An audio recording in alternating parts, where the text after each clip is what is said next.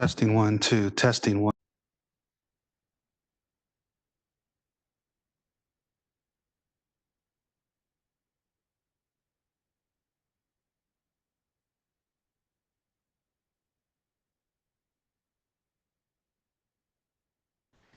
Commission is back in session.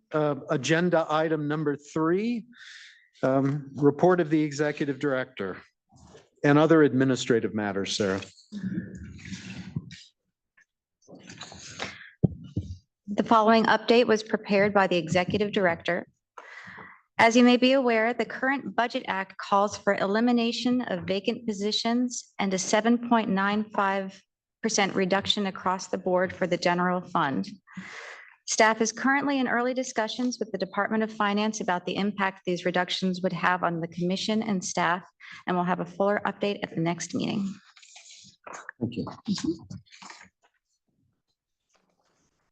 Let's continue. Oh, with anything else. Yeah. Commissioner Just go Fisher. straight there. The agenda item now is for commissioner suggestions. Are there any suggestions from the commission? No. No? Okay. Next is the meeting schedule. This is memorandum 2024-30, and the meetings for the remainder of the year will be on October 10th, 9:30 to 1:30, and we have a meeting scheduled for December 5th, also a half day, 9:30 to 1:30. We don't anticipate needing it, but we are leaving on the agenda just in case for the moment. Just Okay. so commissioners can plan, the odds of the December meeting occurring are close to 0, aren't they? At the moment. Okay, yes. I would say it's safe to take that off your calendar. And I apologize, those were the original. The commission's meeting, the commission is recommended to decide whether to adopt the proposed modifications, which would be a full meeting instead on October 10th from 10 till 5. As I'll mention later in another report, we're anticipating another working group expert report on artificial intelligence, so it would be a longer commission meeting. Okay, and it sounds like, is this a decision item? This would be a decision whether to adopt the proposed modification for October 10th. Second. Is there any opposition? Motion passes, unanimous consent. Okay. Very good. Thank you. Next, we have the 2024 legislative program. We'll turn it over to Steve. Thank you. Good morning, everyone. Which memo? On here. That's right. So this memorandum provides a current status report on pending or recently enacted legislation related to commission studies and recommendations. Very briefly, first, as reported last meeting, bill to implement the commission's previously issued recommendation on administrative subpoenas will not be going forward this legislative session, and there will be a forthcoming memo discussing next steps proposed by the staff. Next, the legislature has enacted the commission's latest resolution of authority, which sets forth, yes. Is your mic on? I thought it was, but maybe I'm not close enough. Thank you. How about now? Is this better?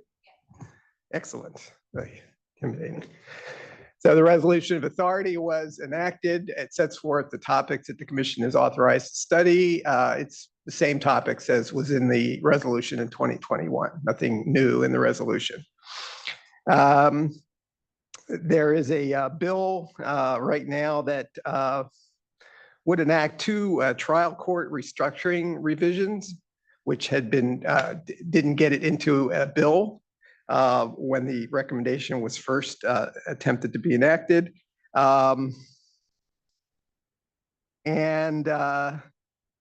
Let's see, there is also a second bill. That bill is pending. The first one is pending. The TCR is pending.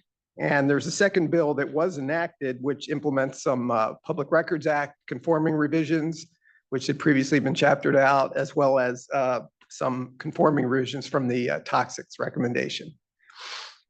And finally, there are 2 possible new assignments for the commission that are still pending. They're there might be results by the end of today because apparently they're being considered today, but we don't yet know. The first one of these would be a study that would call on the commission with input from stakeholders, specifically the State Protection and Advocacy Agency, as well as others, to study how to remove the terms dependent adult and dependent person from California code sections. The second, this is not unlike the study that we're about to complete this year, relating to landlord tenants and attempting to change the terminology, but this is more focused and looks like it could be more doable for sure if it's enacted. The second pending bill would require the commission, again with input from this time from the Commission on Judicial Performance and others, to conduct a study relating to the recusal of judicial officers for prejudice or conflict of interest. Again, the status is unknown about this bill, but we'll know by next meeting for sure on both of those assignments. And that's all for this particular memo. Any questions? Any questions or comments from commissioners? Do we have members of the public who know to raise their hand if they've got comments? Okay, thank you. Agenda item number 5 is a special order that we cannot start until 11 o'clock. So let's jump ahead to agenda item number 7, which I believe is Sarah's, the state and local agency access to consumer information. Thank you. I'm presenting memorandum 2024-27 related to the notice of administrative subpoena. This memo presents an update and proposed next steps. Staff has been reaching out to state and local agencies that use administrative subpoenas in their work to better understand how administrative subpoenas are currently used. At this point, several stakeholders have provided informal input to the staff, and additional meetings are scheduled. Staff is planning to discuss the practical and legal considerations of issues raised in these discussions in a future memo. Are there any questions? Hearing none. Okay. Okay, agenda item number 8, the Equal Rights Amendment. Sarah, it's withdrawn from this agenda. When do we expect it to come back? Do we know? Yes, I'm planning on an update for next meeting in Okay. October. Thank you. And we now go into break until 11 o'clock because of the special order. Is there going to be a sign language interpreter? Okay. What time do you have scheduled lunch so people know, community knows? That's on the agenda for 1 to 1:30, isn't it? That's an approximation. Okay, we'll stand in recess until, is it 11 or 11:15? 11 o'clock. 11. 11 o'clock. Very good.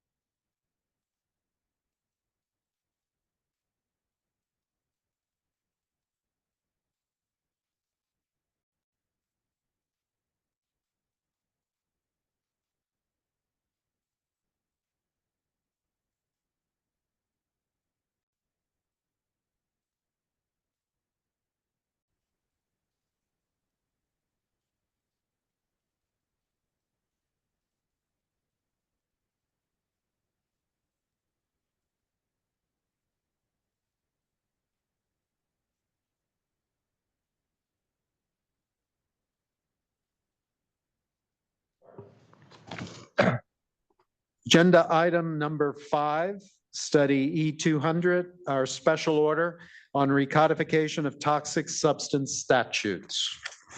Who is leading this one, Sarah? This is Steve, and Steve? before we begin, I'd like to welcome Dale Cates, our ASL translator for this topic. Are you ready for us to begin? Excellent. Thank you so much. Okay, great, thank you. Okay, so we have two memos and a supplement here on this subject matter. Steve, before you start, Commissioner Kubas is with us. The record should reflect. She arrived very shortly after we called the roll, but she has been here through the whole meeting so far. All right, thank you. Thank you. So the first memo here is Memorandum 2024-36, titled Reactivation of Study, or subtitled Reactivation of Study. And that's the purpose of this memo, is to effectively reactivate the commission study on, I'm sorry, are you indicating something to me? Get closer to The mic. I don't understand. It's right. Sorry. So the commission has been engaged for some time in a study that we were assigned by the legislature in 2018 to recodify two lengthy and complex chapters of the Health and Safety Code. The recodification is supposed to be non-substantive. We were specifically directed not to make any substantive changes in the law. Instead, though, we're to reorganize the provisions and to the extent we can, without making any substantive change or risking any substantive change, make the meaning of the provisions clearer. And the commission has been working on this for some time. It has finalized two recommendations, and two bills were enacted to implement the recodification of the first of the two chapters, which is the shorter and less complex of the two chapters. And that's why we started with that. Then the commission sporadically started working on the second chapter. It's actually 6.5 if you see any references in the memo. Due to staff resource issues, we've had to only do it when we were able to do it. So far, we have presented to the commission two sets of recodified provisions. In other words, from the existing law, we've taken out chunks of existing provisions, proposed recodification, presented that to the commission. We've also presented a proposed organization for how to recodify the entire chapter. And the commission has provisionally approved the first two sets of recodified provisions that have been presented by the staff for inclusion in a tentative recommendation. So the next step, just as a refresher again, is once we get a recodification of the entire chapter done, it would all go into a tentative recommendation. There's a narrative portion, and then that would be submitted for public comment. We have, we have people following the study now. There may be somebody in attendance now. I don't know for sure who's been following, but the staff has had contact with people from the department that work on this particular this code. And so I would expect there would be significant comment, and they may be giving us comment along the way, but so far we haven't had a lot. I think they're waiting for the tentative recommendation, which will be a little bit down the road. The last thing that we did in the study was in August of 2023. We had a commission meeting and the staff presented a third set of recodified provisions from this chapter. Unfortunately, there wasn't a quorum of the commission at that meeting last August. And so pursuant to the commission handbook and the rules that the commission has approved, the members who were present, all of whom are here today, acted as a subcommittee, reviewed the provisions, and made a recommendation to an eventual quorum of the commission that the presented provisions be approved for inclusion in the tentative recommendation. And that's the subject of the first supplement, which I'll get to in just a little bit. the first supplement to this memorandum will be an opportunity to see if an quorum of the commission wants to accept that recommendation and approve those provisions. But before I get to that, this memorandum that we're talking about now also lays out, starting on page 3, and this, for anyone who's not been familiar with what we've been doing, the basic process that we've been following, both in terms of how we do the recodification, as well as meeting to meeting, how the staff presents material to the commission and what the steps are as we go along. So it's set out in some detail in the memo. I'm not going to go repeat all the details now, but I certainly welcome any questions or comments anyone has about the process, any changes that anyone thinks needs to be made. And I suppose we can ask if there's someone from the public who's also attending. Okay, the floor is open. Are there any questions or comments from commissioners? Are there any questions or comments from members of the public? Hearing none. Steve, would you frame whatever motion you would like us to adopt so we can consider it? Sure. So there's no decision that needs to be made relating to the first memorandum. It's just essentially an informational update to advise everyone who wasn't familiar with the study completely about where we were and to let you know that what's going to be happening going forward. We should expect to be presenting each meeting, or at least most meetings, a new set of recodified provisions. And there will also likely be what's called a cumulative draft, which I'll talk about in the third memo that we're going to talk about today. But so far, no decisions need to be made. There's no motion, nothing needs to be done. So now we have the first supplement to Memorandum 2436. And this is the supplement which is presenting the recodified provisions that were presented in August of 2023 to the subcommittee of the commission, who recommended that these provisions be included in the tentative recommendation. And so to make sure that this commission has, this body here today has the same material that the subcommittee had last August, I attached both the memorandum that presented the provisions as well as the provisions. And this is a decision item for this commission today as to whether to accept that recommendation of the subcommittee to include these provisions in a tentative recommendation. Okay, so first questions, if anyone has any questions about this, and then that would be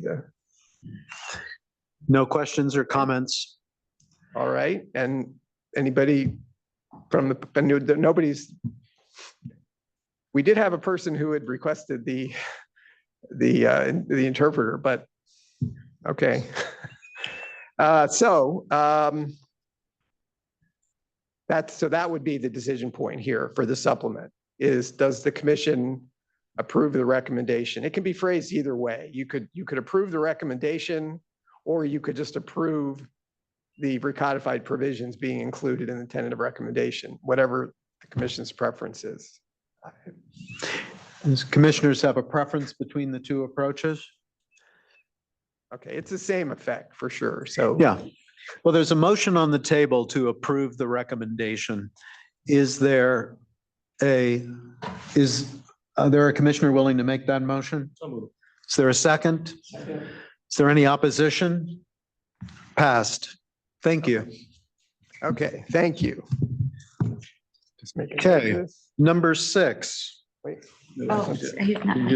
Is that still, I'm sorry, I don't have the agenda in front of me here, but are we still on the toxics? Oh, yeah, I'm sorry. Okay, we still have one more toxics matter to do. This is Oh, yeah, there it memorandum is. 2024-37. 37. And this memorandum presents a cumulative draft. A cumulative draft is a document which we will be presenting to the commission on a recurring basis, containing all the provisions that have been previously approved by the commission for inclusion in a tentative recommendation. It's primarily a reference material. It's meant to just give the commission and any members of the public an opportunity to sort of see the recommendation as it's being built, because ultimately you're likely to get a document that's several hundred pages long, and that would be a lot harder to review.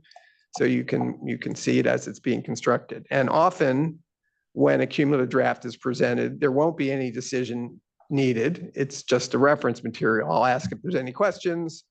And if there are none, then that's all we need to do. However, this time, because it's been more than a year since anything has been presented, there's been some revisions that the staff has proposed to the cumulative draft. And that's also, again, laid out in the memo. We have a handful of subsequent legislative changes because some of the provisions that we recodified have since been amended in the legislature. So we had to conform, and those are identified in the memo. There were a few editorial changes, very minor, and those are also listed. And the last thing is that although the legislature has directed that this can't be, we can't make any substantive changes in proposing the recodification, the legislature has directed us to list any substantive issues that we come across and think would be worthwhile to list for the legislature as something for future study. And so the commission had previously informally approved certain subjects that had been presented, and we've made it more formal by putting it in you can see it in the cumulative draft at the end of the cumulative draft. And so this today would be a motion to approve all the changes that are indicated that I've just identified to the cumulative draft, the legislative changes, the editorial changes, and the list of subjects for future study. And again, questions before we have a vote, if anyone has any questions about any of that. Any questions or comments from commissioners? Any hands up among members of the public? Okay, so the motion would be to approve the recommendations set forth in memo 2024-37. Is that correct, Steve? Yes, and specifically all the revisions that are set out on page 3 of the memorandum. Amendment adopted. Is there a commissioner willing to make that motion? Is there a second? Second. Any opposition? Passed. Thank you, Excellent. Steve. All right, thank you. Anything else on this item?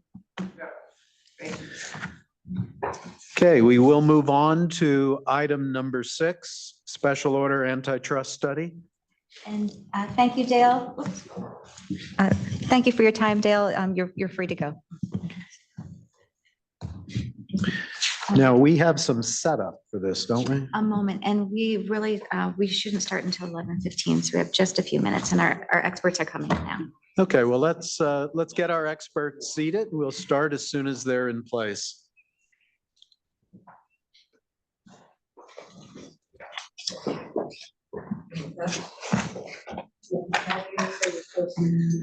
I can go ahead and start with the status report too when we begin. Okay. Whenever you're ready, it's up to you. Mind if we wait until 11:15? No, it's fine. It's only a minute.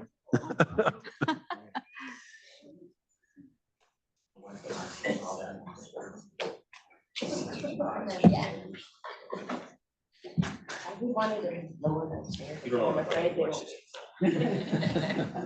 Not quite that tall, but. All right, I can go ahead and start. Yep, up to you. All right, we're now on to agenda item 6. This is our special order of business antitrust law. I'll be presenting the status report, and that is memorandum 2024-32 and the first and second supplements to those memorandums. So we have 3 expert report presentations today. We will first hear a collaboration between groups 3 and 6. Professor Josh Davis and Professor Peter Karstensen will discuss concerted action with Kathleen Foote, whose group focused on enforcement and exemptions. We will then break for lunch and return to hear from Professor Doug Melamed and Professor Barak Orbach about the consumer welfare standard. These are the last of the original 7 expert reports. However, the staff has requested a subgroup of experts submit a report on the emerging issue of artificial intelligence in the context of the antitrust study. This will be presented at the October meeting. Following the expert reports, we will hear from 4 panelists. Lee Hepner from the American Economic Liberties Project, Carmen Comsty with the California Nurses Association, Lee Brand and Roxanne Palladora representing the Western States Petroleum Association, and finally, Jeffrey Mann with the International Center for Law and Economics. Dan Robbins from the Uniform Law Commission will present an update before we open for public comment. Thank you again to everyone who contributed to these reports today, and especially to our presenters who came in person. And thank you again to those who continue to submit written public comments. We continue to post these on the website along with the presentations for everyone to see. Does anyone have any questions? No, I would like to add my thanks to all of our experts who have been working hard to educate us. Thank you in particular to those joining us today. Also, a thank you to Cheryl Johnson for keeping this project moving so well over the past year. Commissioners, as we proceed through the expert reports, please feel free to ask questions without seeking leave of the chair. That just wastes time. Lean in and ask your question when it pops into your head. Sarah, would you make sure that we're on track to finish the necessary segments by 1 o'clock? Sure. So then we can take the scheduled break and be back at the time we've told people we're going to continue in the afternoon. Excellent. Thank you. Will do. I'll turn it over to you to manage the panel. Okay. Our first presenter is ready to discuss concerted action and enforcement and exemptions.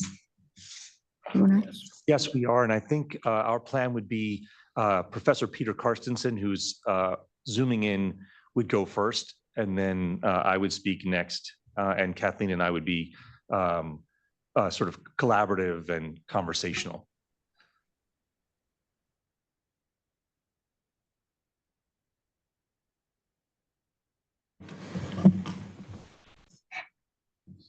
Peter, do you want to start up? There, I think I'm connected now. Can you hear me? Yes. Oh, good. I appreciated very much the opportunity to work on this report with my very able set of colleagues. Just myself, I am a retired law professor at the University of Wisconsin Law School. The other participants were Professors Josh Davis, who's going to be talking with you a little bit more later, who's at the UC San Francisco Law School, Christopher Leslie, who's at the UC Irvine Law School, and Professor Joseph Farrell of Berkeley's Economics Department and antitrust law and economics expert. And then we had 3 experienced antitrust practitioners, Julie Pollack, Sarah Van Koolen, and Judith Zahad, to round out our team. I think if you look at the report, it reflects initially some difference in understanding the fundamental rules governing the substance of concerted action. These are the per se rule of reason and sometimes quick look so-called rules. One view, the standard one, is that the application of these rules rests on a very formal kind of doctrinal classifications done by courts. The alternative view is that the distinctions rest on the function of the concerted action. Such actions would be illegal if their only function was to restrain competition, unless such conduct was expressly authorized and supervised in some way. But where the restraint is associated with a transaction or venture involving the parties, the question is whether it's reasonable or not. The Cartwright Act is itself consistent with this latter perspective, but is generally understood by courts in ways more consistent with the formal conception of these rules. California's antitrust law, like federal law, faces a variety of challenges in our changing economic and technological environment. One of the issues that we identified in this area is information exchange agreements. That is, competitors agree to exchange detailed, confidential business information. And this has been highlighted as a source of serious competitive concern because it facilitates anti-competitive conduct.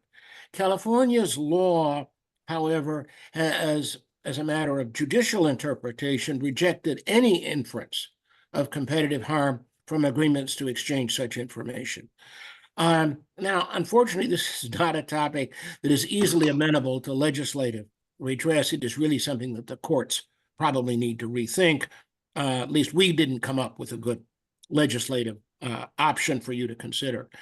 The next problem that exists here and nationally is the definition of what constitutes concerted action. This is especially a problem as we have these AI type programs, and I see you're going to have more focus on this later, which make it easier for competitors and even large groups of competitors to coordinate and exploit consumers or producers without engaging in the kind of conduct conventionally required to create an unlawful concert of action. The challenge is to identify ways to revise statutory language to be somewhat more inclusive in the definition of concerted activity, assuming that this is a desired goal. Our report also highlighted problems dealing with issues of pharmaceuticals in the form of both pay for delay, which does involve concerted action, as well as product hopping, which does not.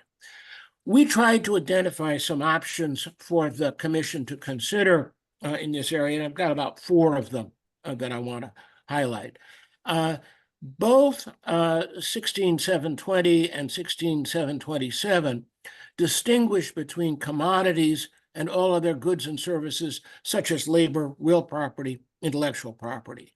The latter set of things are not covered by 727's condemnation of tying, nor by any part of 720 except for Part A, which means that concerted action involving such non-commodities are subject to a stricter standard of proof before they can be condemned. One option to consider is to eliminate the limitation to commodities in 720B through E and in 727. The structure of the Cartwright Act is that 720 and 727 condemn all concerted action that is defined within those sections. But then Section 16725 provides that if the parties demonstrate that there is a legitimate pro-competitive function to the restraint, it is allowed. Notice this is a type of functional analysis. Unfortunately, neither California courts nor federal courts in applying California law have shown much attention to 725.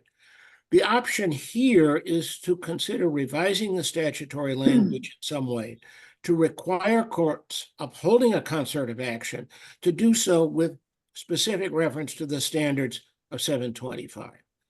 The third thing that we think you might want to consider is if the distinction between commodities and non-commodities is eliminated, the option then is to consider a repeal of the other parts, that is 720B through E, as being no longer necessary. However, those subsections include express condemnation of concerts of action that affect suppliers, including potentially labor, although that's an open question because labor is, of course, not a commodity. The Sherman Act does not expressly condemn such restraints, but it has been consistently interpreted to do so. However, some scholars have argued that the Sherman Act should not apply when there's no direct harm to consumers. The option here is to retain an expressed condemnation of concert of action among buyers, as that found in 720, to ensure that there is no question of the law applying to such agreements, and including wage fixing agreements if the limitation on commodities were also removed.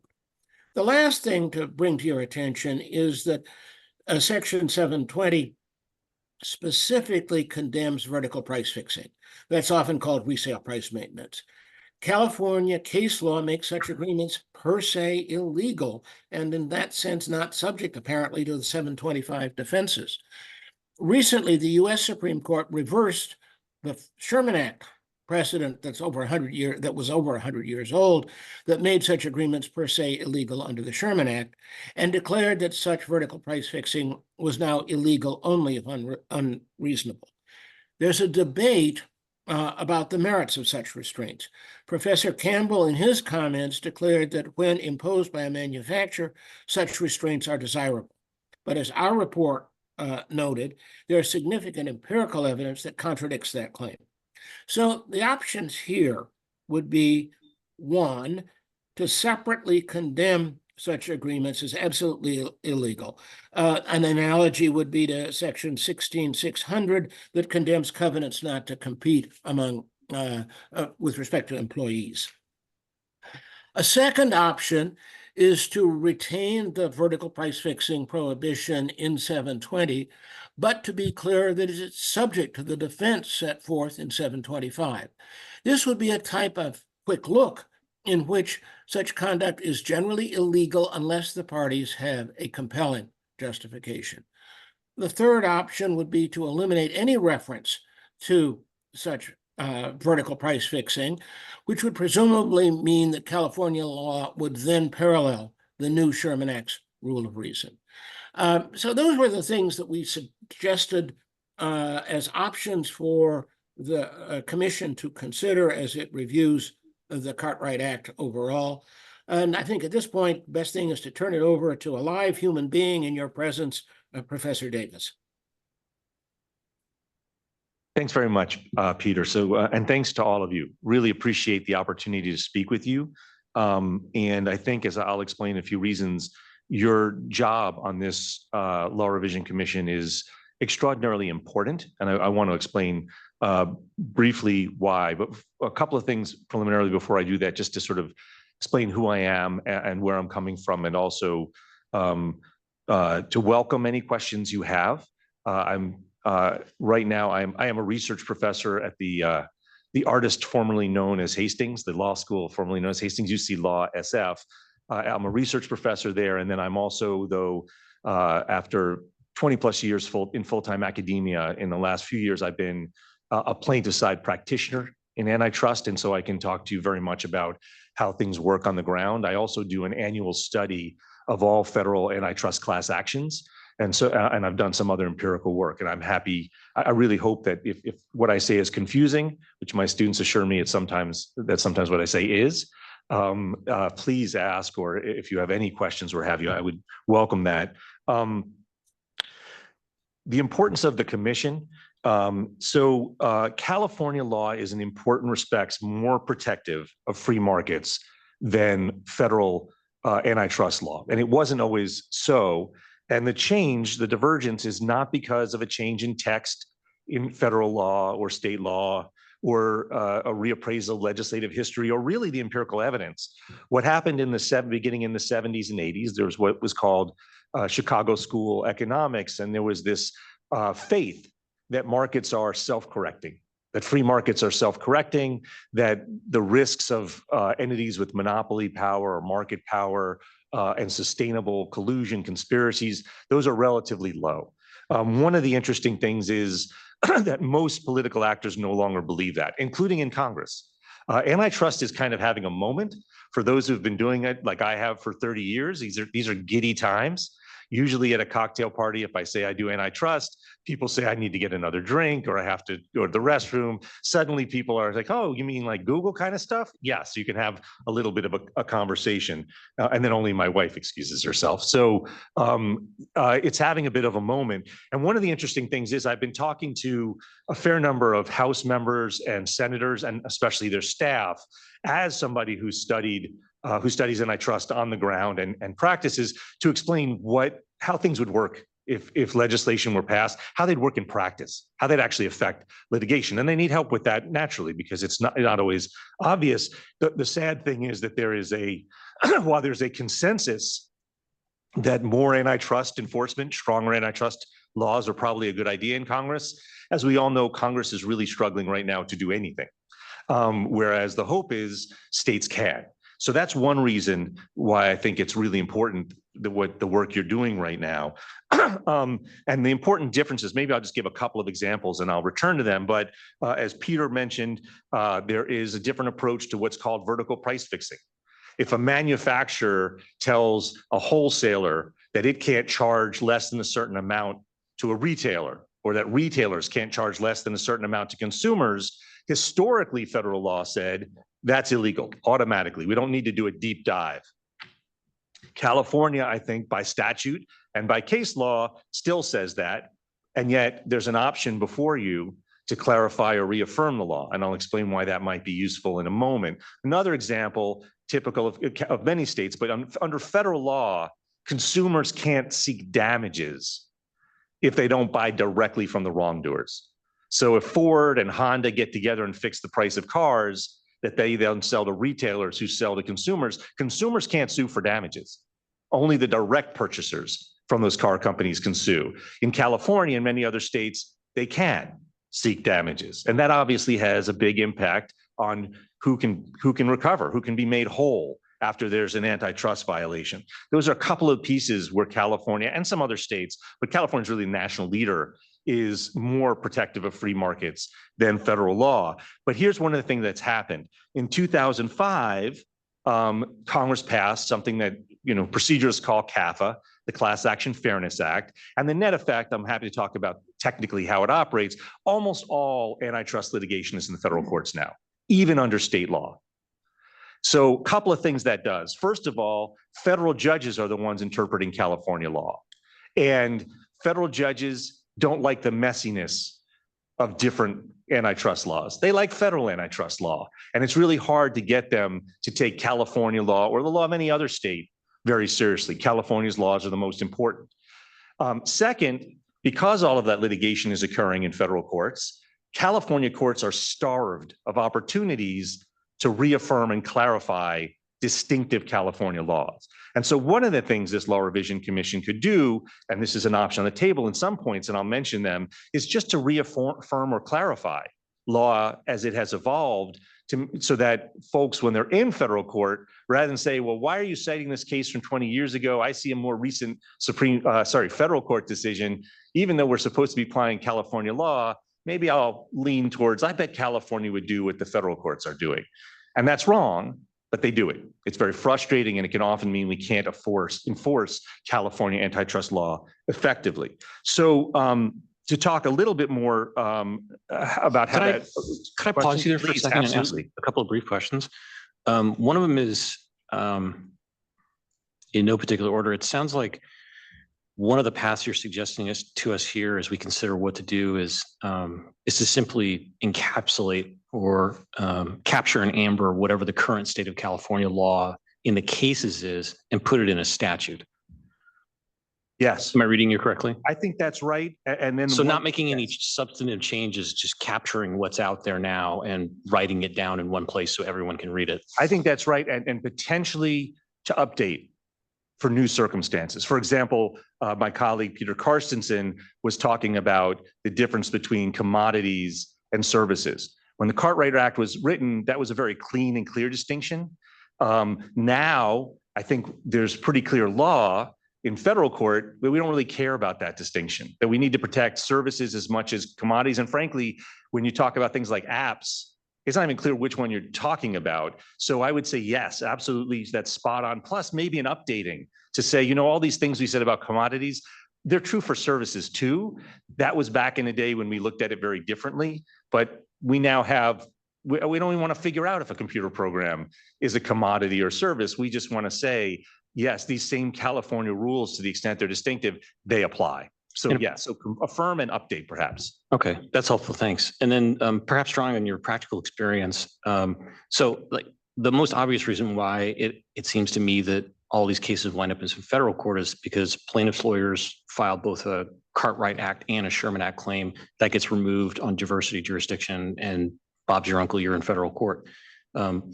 Is that the explanation why all these cases wind up in federal court? Is there a reason why people don't just file Cartwright Act claims?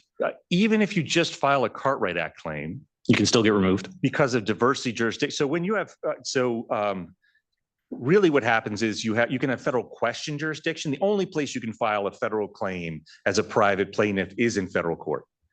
But if you bring a state court action, a state law action in state court for anything above a trivial amount in our world, so $5 million, but our damages are routinely well above $5 million. It's, more like 50 or 100 million at the minimum.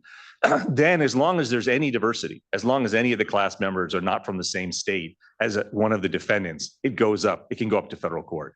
So it isn't that you necessarily bring a federal claim. Often the indirect purchasers will bring only state law claims.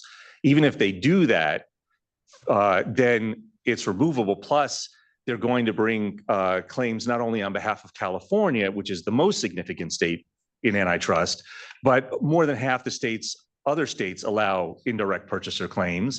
So you're going to be bringing claims on behalf of them, those folks from those states too, to make the litigation viable.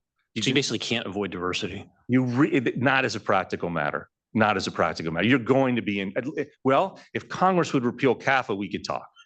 But Congress, I think that's out of our writ. Yeah, I think it's kind of, and it ain't going to happen in all of that. Yes.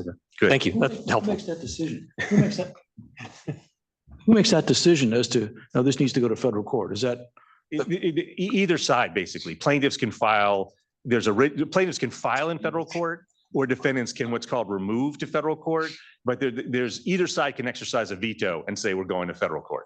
Is basically how it works. And frankly, a lot of times plaintiffs file there. I think there's been some misinterpretation of why. A lot of times they file there because they know they're going there and they might as well skip a step. They might not want to be there, but they file there because they know that's where the defendants are going to want to be.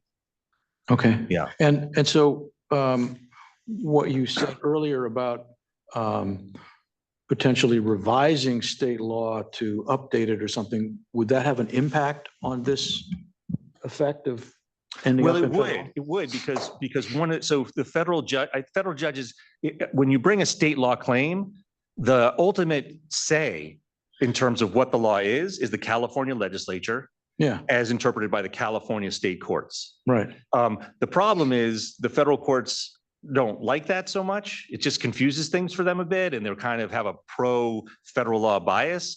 And then because so much of this litigation is happening in federal court, there have been recent statements, which gives all the more kind of federal courts often read that as a form of permission almost to say, well, that's old. That's an old case, even though it's the California Supreme Court, we may not follow it. And that's why updating and reaffirming could be incredibly powerful, because then as a plaintiff's lawyer, I can tell you, I can say, Your Honor, this isn't just a 20-year-old case. It's a 20-year-old Supreme Court case. And the California Law Revision Commission has proposed to the legislature, they adopted it. This is the law still today. So please enforce it. And they want to. I mean, it's not like they're not bad judges. They're good judges and they're hardworking, but they're used to federal law. So that's why it could still be powerful. There's state law in federal court and they will abide by it if it's clear. They're just a little bit likely to see things unclearly as being unclear when they're not necessarily, as a way to then kind of go back to their habits of, let's keep it simple. Federal law is pretty much the same as state law. I understand federal law. Let's do that. And a clear message from California saying, no, we really mean what we do differently is what we want to do. We are more protective of markets. We want to be more protective of free markets. That helps. Thank you. If I could ask a question, the class action statute that you referenced, why do litigants bring cases in federal court according to that statute? What are the benefits? In other words, what was the purpose behind the statute? I think, I see. Why? Well, I think there was frankly, I would say part of it. So it depends on who you ask, right? I think a lot of the defendants or folks who are representing defendants might say they feel like federal courts are better than state courts, that they get more, there's more consistency of rulings. I think, I don't know that they have that opinion still. It all depends which state court you're in and which federal court. I also think that there was an anticipation that federal judges would not be as attentive to state law, especially state laws that are more protective of free markets. And I think that was what was probably going on as well. I mean, they would also say forum shopping, that plaintiffs choose a place where the judges are going to be sympathetic to what the plaintiffs are trying to, the litigation they're trying to pursue. Whether that's good or bad is complicated, to say the least. But is that helpful? So you said earlier that there was a class action statute and that more cases were being brought in federal court because of that statute. Yes. Is there something in that statute that's more beneficial to litigate? Why is that? Why are litigants using that class action statute to bring cases in federal court as opposed to state court? I think, so in 2005, Congress passed the Class Action Fairness Act, which made it a lot easier to get into federal court. And then I think, frankly, many of the defendants wanted to be in federal court. And some of it's practical. I mean, who represents these large defendants? National law firms. They're much more accustomed to federal procedure. They're more comfortable in federal court. I think that is part of it. I also think, and this is, a matter of opinion, but I personally think they feel like they have a better shot at not being held to state law standards in federal court, even when state law applies. So that, yeah, please. Yeah. I might add a little bit to that. From a standpoint of state attorney generals, there were class actions. What tended to happen, particularly with regard to indirect purchasers, is there would be state court cases filed in state courts representing indirect purchasers all around the country. And there was, this was obviously extremely burdensome for defendants. And it was leading to a lot of very inconsistent opinions and so on. From the standpoint of states, being in federal court means you can all work together, which you can't if you're in a state court. So there was some advantage there. But the situation of California is fundamentally different, just simply because of the size of the California economy, as well as the ability of both public counsel and private counsel to really get important law decided and meaningful redress by remaining in state court. Yeah.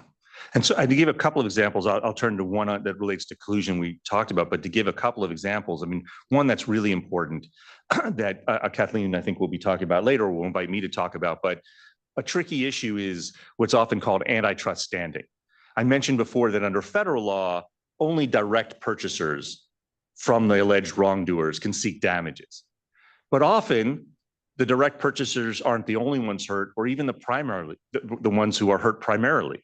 So if you have car companies fixing prices and they raise their prices to all of the car dealers are just going to raise their prices to reflect those costs. They may get hurt somewhat, but not nearly as much as the consumers.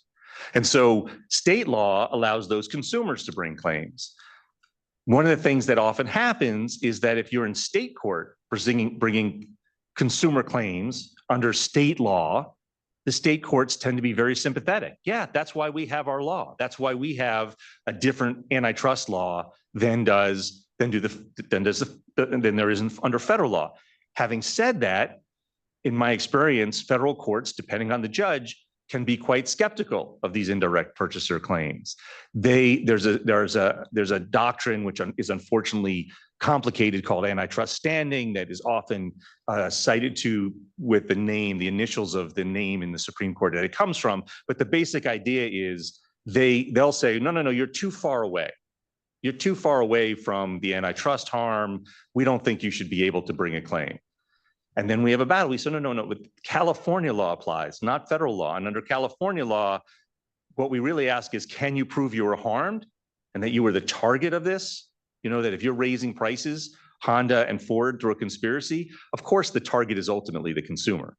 That's who's going to be paying the higher price. We should be able to bring our claims. And that's an instance where a defendant has a better shot in federal court, in my view, of not necessarily getting California law applied as was intended. So that's part of the strategic consideration there.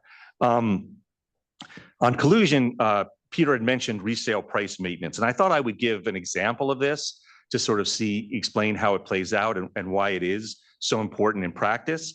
And to use an actual case in which I'm involved, I'll use a lot of allegedlys as lawyers tend to do. And I don't want to, we haven't proven it. We're early in the case, but there is a case pending in San Jose in federal court, because that's where these things are, that involves resale price maintenance. And this example will, I hope, help you think about the value potentially of reaffirming or clarifying that resale price maintenance, vertical price fixing under California law remains per se illegal. The statute seems to say it very clearly, at least for commodities. And there's case law, but again, old case law that states that. But so there's a lawsuit, it's against Energizer and Walmart. And the allegation is that Energizer agreed with Walmart to protect Walmart's prices for just Energizer and related brands, disposable batteries. And that the way that worked was Walmart would set its retail price, and that if anybody tried to undercut that price, a reseller, somebody who bought from Energizer and then turned around and sold disposable batteries cheaply, more cheaply than Walmart, Energizer would say, no, wait a second, we're going to raise our prices to you unless you comply with these minimum prices that are Walmart's prices.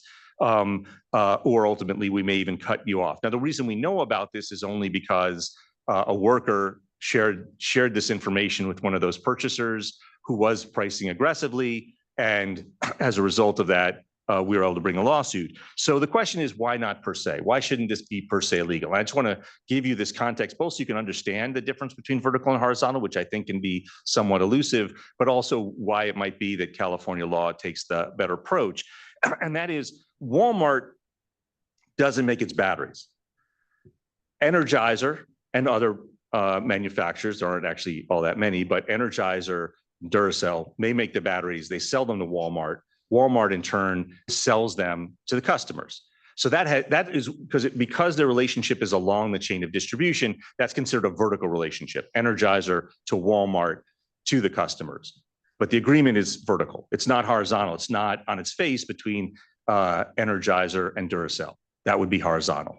So the theory is that this sort of agreement is less dangerous for competition, is less likely to inflate prices than would a horizontal agreement. If Duracell and Energizer get together and say, let's increase our prices by 20%, that's very dangerous. The argument would be, well, wait, but an agreement between Energizer and Walmart, maybe there's a justification. And the standard justification would be that Walmart provides really high quality services, and that somebody will come to a Walmart will explain how to use a disposable battery, and they need to charge more in order to support those services. And so that's why we should take a deeper look and not say it's automatically illegal. Problem in a case like this, and in many cases, and this ties back to the empirical literature that Peter mentioned, is that doesn't seem to be how this mostly plays out, not by a long shot. I mean, in this particular instance, seems a stretch to say that Walmart provides really high services. Seems an even bigger stretch that many people go into a Walmart and say, this newfangled disposable battery thing, I've never heard of it. How do I use it? And so what really ends up happening is Walmart is now able to raise the prices of its competitors, its horizontal competitors, through Energizer. And the actual effect, even though the agreement is vertical, looks a lot like a horizontal agreement. Walmart's prices go up. They are protected from competition from other sellers of batteries, of Energizer batteries. That really is a wolf in sheep's clothing, a horizontal effect in vertical clothing. And so California, I think, at least very credibly, has taken the position that too should be per se legal. If we see that, it's price fixing. Price fixing is price fixing. You don't have to do a lot of you don't have to prove all these other things you might otherwise have to prove in order to succeed. So that would be an example, again, where it's helpful to clarify, reaffirm the law, maybe update it for services as well, if to the extent the law is not clear on it, to protect workers, for example, when there's a buyer agreement on wages, which we see often. That's the kind of thing that could be useful as well. Any questions on that before I make a final point or two? One thing I do want to add is a couple of points. One on tech, which is we have a lot of technological changes. And as we do, that's where the option to not only reaffirm, but also to update makes sense. I mentioned, for example, the artificial line between commodities and services and how it might be best to say the law applies to all. There's also been a lot of attention, as Peter mentioned, to workers now, that rather than focusing just on increased prices, it's really important to look at artificially deflated compensation to workers. And that by itself, the federal courts have recognized can be a harm. It might be useful to update. An option would be for California to update its law to clarify that that's true under California law as well, which could have a big effect on workers and how much they get paid. And then the last point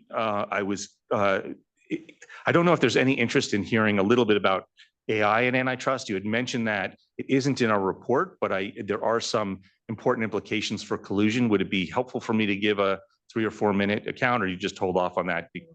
Go ahead. Okay, good.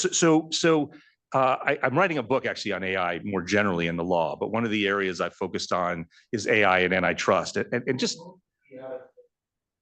it will be actually well before. I think it's out of date as soon as I'm thinking of it, because AI is writing it faster than me. Very fair. So the thing about AI, this is, I just want to kind of big picture, because I think this gets lost, and I often speak on this, and it seems to be helpful, is that the thing about AI, it is great at playing games, and it is great at coming up with solutions, strategies that solve problems in games. It's better than the best human in chess. It's better than the best human at Go. Now the world's best people study the games that are played by AI just to try to figure out what it's doing, although we can't understand it, for reasons I'd be happy to talk about. But here's the thing about antitrust. Antitrust law, especially in regard to collusion, more generally, is based on a strategic problem for actors in the market. Actors in the market do not want to compete on price, because if they do, they compete on price, that drives prices down. If you have only one car manufacturer, they will maximize their profits by charging a really high price. Once you get 5 or 6 or 7 different ones competing, they don't want to compete. But if they raise their prices too high, the other one will undercut them, sell more cars, and that gets us to a competitive level. That's the basis for antitrust theory in a nutshell. There is what economists call a collective act. It is a feature, not a bug. We don't want it solved. We want them to be unable to act as if there was just a single seller. And the thing about AI is it's really good at solving that problem. There are algorithms, including AI-informed algorithms out there more and more, and they are going to spread like wildfire, that allow very large numbers of sellers to act as if they were a single seller and to stop competing. You see this in hotel rooms, in apartment rents. You see this affecting regular folks every day, and these are the cases that are being brought. The other thing that AI is getting unbelievably sophisticated at is understanding things like antitrust law. So if you create a sort of formal rule that says, well, these algorithms that allow, if you buy this software from this company, what they're really selling you is an ability to fix price with all your competitors, so you all make more money, and the losers are the buyers, the renters of the apartment, the folks who rent hotel rooms. And then you say, yeah, but there's some formal requirements, which some courts, especially federal courts, are saying now. AI, you can use an algorithm and you're not liable as long as you don't cross this line. AI is really good at figuring out, okay, here's how to get around that rule. So we raise prices just as much and we don't cross that line, and you've got what you might call per se legality. That's the fundamental problem with AI. And there, it gets complicated as you get below that level. But one option to consider in that regard is at least to be very skeptical of rules of per se legality. So, for example, some courts might say, well, as long as the individuals are not sharing their private information, but only their public information, there's no antitrust violation here. That's not going to work. AI is going to figure out how to make the information public. They already have. How to share that public information about prices, like the cost of a hotel room, most of which is public anyway, and have the very same effects as if you had a price fixing conspiracy. And so my pitch would be, at least for an option, to think seriously about saying, look, in the collusion context, if I buy software from someone that has these effects, I've got an agreement. That's enough to get you under the Cartwright Act. After that, we're not going, at least till we sort this all out, we're not going to say this is per se legal. We're not going to say you don't even get to prove your case. We're going to go forward to what we call the rule of reason, at the very least, an in-depth analysis that says, what are the effects on prices? Is this really having any pro-competitive effects, or is it all anti-competitive? Is this just a sneaky way of getting around the competition laws, California competition laws, and raising prices above competitive levels? So that's an option I would encourage you all to think seriously about, because any of the formal distinctions, any of the, well, you're okay if you have this safe harbor, you can, within a year or two, you give it to AI and you're like, okay, here's how we can build the algorithm so that it's all legal and we're just as harmful as if we all sat in a room as they did in the old days, smoking cigars and fixed our prices above competitive levels. Anyway, thanks very much for your time. There may be some issues I think that Kathleen wants me to talk on, but other than that, I may be done. Thank you. Yeah, there will certainly be crossover. Thank you very much. I appreciate the opportunity to be here and to come back and talk about antitrust after my retirement.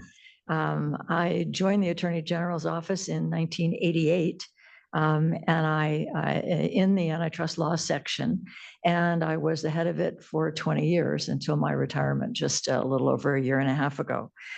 So this was actually under 5 AGs.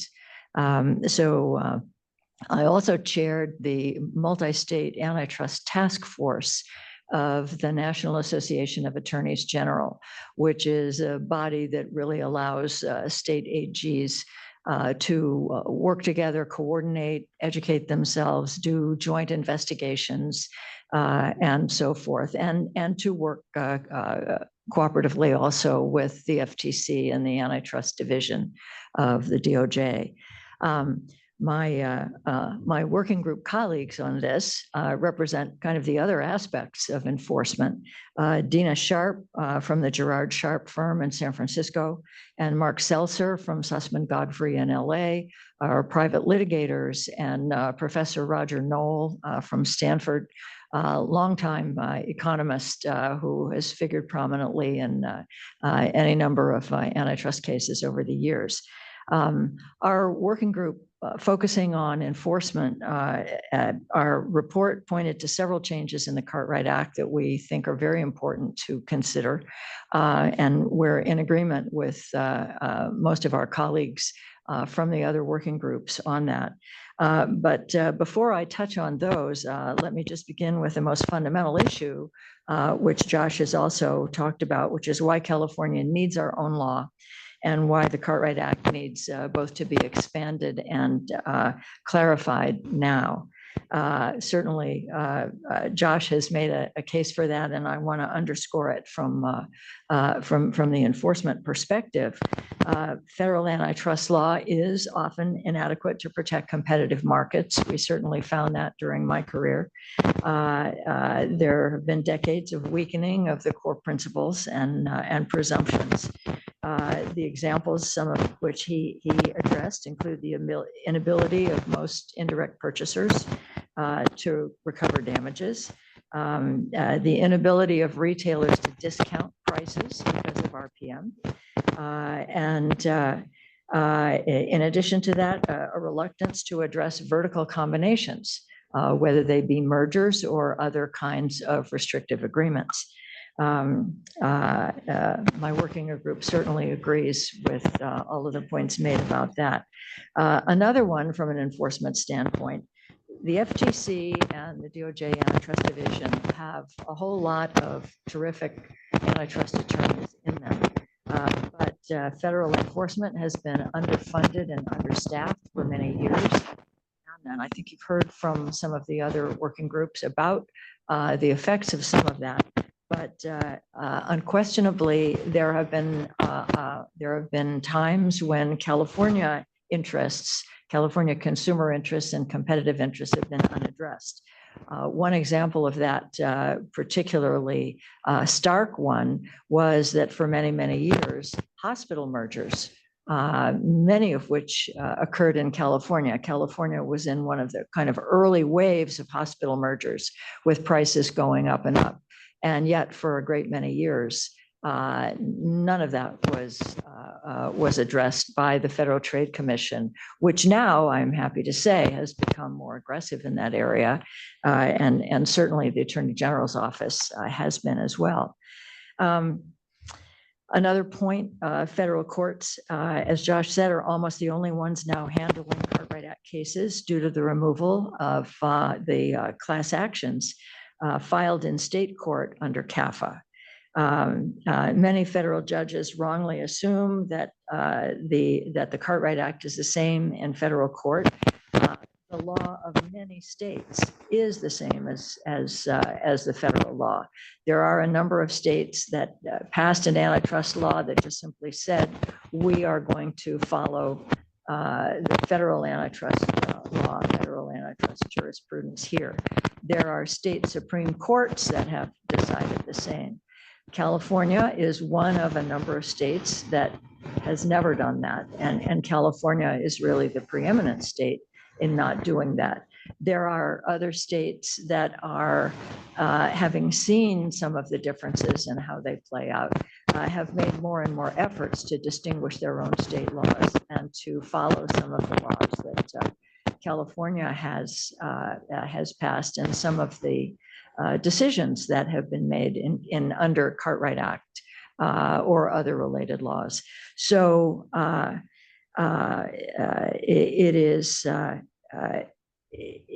it's extremely important for that not to happen, for California law to be eroded progressively by federal courts.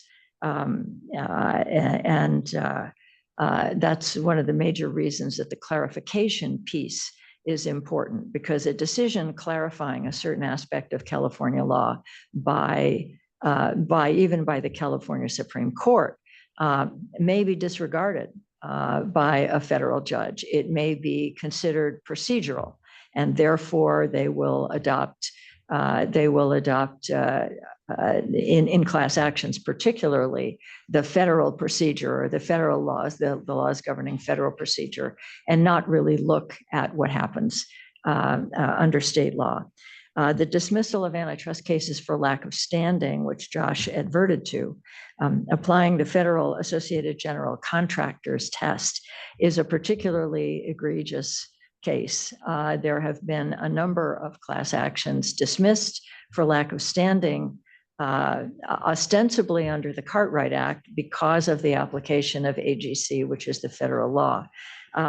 My colleague in this working group, Dina Sharp, authored several pages in our report that explains in detail what that is and how it is, and proposes a different standard in California to be articulated clearly by the legislature, and how that would do a great deal to return to California consumers the rights that they ought to have under the indirect purchaser laws that already exist in the Cartwright Act. I would also like to point out that the argument that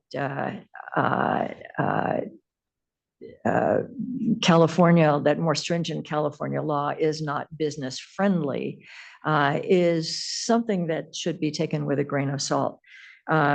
Because so-called business friendly laws can actually be the opposite. And a very interesting and poignant example of that has to do with the ability of workers to switch employers, which they cannot do if they're in other states, if there is a non-compete clause in their contract of employment. Non-compete clauses now exist in probably close to half of the employment contracts that people sign, including employment contracts for people working at Burger King, and certainly in Silicon Valley. A study was done once upon a time back in the 90s. Already Silicon Valley was emerging as an important force and other areas that look to be quite similar, such as the Highway 128 area south of Boston, were not thriving in quite the same way. And this was something that economists spent a lot of time thinking about. And a kind of a definitive study of all of the comparisons was made in the 1990s. And the one very significant difference seemed to be that people stayed at the same employer on Route 128 for maybe 12, 13 years. And in Silicon Valley, they switched jobs every year and a half. So there might have been a number of reasons for that, structural reasons and so on, but a very important reason for that was that in California, any of those non-compete clauses in contracts of employment are unenforceable as against public policy, and they have been for a great many years. So differences of that kind can make a huge difference. And that, of course, is something considered business friendly, the ability to have those kinds of clauses in employment contracts has been considered one of the hallmarks of a business friendly approach. But it's obvious to see that in California, having the law preventing those has contributed enormously to California's boom and California's GDP. All of that said, let me just turn to the pros and cons of the main options for Cartwright Act reform. And I think Professor Davis is going to want to chime in, particularly when it comes to talking about private enforcement, which he has a lot more experience with than I do, because almost my entire career has been in public enforcement. First, amending the Cartwright Act to be applicable to single firm conduct. You certainly had a very good report on single firm conduct that was presented to you, I think, in the last hearing. Adding single firm conduct to the Cartwright Act certainly has been a priority for the Attorney General over many, many years. Other enforcers as well, certainly private enforcement. It's been important. The AG made several stabs at getting that included. It is certainly something that has been a limitation to important enforcement efforts. Of the several bills over the years to try to add single firm conduct to the Cartwright Act, the one that came closest to passage was proposed by on behalf of the AG by Senator Joe Dunn, and it was in the wake of the energy crisis of 2001. What you may recall, one of the features of the energy crisis was there was a brand new Cal ISO, and they had established a number of market rules, and creative traders in energy found out some very clever ways of gaming the market so that they had enormous windfall profits, and it led to enormous wholesale prices, the bankruptcy of PG&E, among other things. And the AG's office was at the time all over that. This was AG Bill Lockyer. There was a whole separate unit created to go after all of these abuses and to try to tackle all of these things. They found themselves having to go to federal court because so much of this gaming was done as single firm conduct. And in federal court, they encountered all the kinds of problems that we've been hearing about, that you've been hearing about today and earlier. So the failure of the bill to pass in that particular instance was apparently, to the best of our understanding, and I was with the office at the time, although not directly involved in the sort of Sacramento-based lobbying efforts, there was an unpopular rider attached to that. That also came out of the energy crisis that related to where a parent company and a wholly owned subsidiary were conspiring together. And under federal law, that was not regarded, that was still regarded as single firm action. The effort was made the effort was made to reverse that. And that was indeed a real flashpoint for corporations in California. And that was, to the best of my understanding, what caused that particular bill progress through the legislature to grind to a halt. And it has never really come back with getting as close to passage. But certainly, those kinds of issues are not outside of consideration, although not central to, I think, the importance of single firm conduct to begin with. Quick question. What would be the argument against that? Would the argument against that be, well, federal law covers that, so you don't really need to? I mean, would that? Under federal law, under something called the Copperwell Doctrine, parent and subsidiary are considered a single entity acting without any divergence of interests. That has had a pretty significant effect in that you can have a parent and a wholly owned subsidiary that are in different parts of the market. And then you have the kind of vertical situation that Professor Davis has mentioned. It is, however, from the standpoint of a legislature, I think that is an issue that involves other factors. And if I were a legislator, I might not want to sort of put them all in the same bill. Well, yeah, and I'm not asking so much about the subsidiary as in general. With the argument against having single firm conduct, under the Cartwright Act, would the general argument against that be, well, federal law covers that just fine, so you don't need to? I mean, would that be? That's right. Okay. That's right. Yeah. We have the federal, so why don't we just stick with that? But And wouldn't again, the keep in argument mind on? that in many other states, the federal law and the state law are very similar, and state courts are really not equipped to deal with antitrust cases.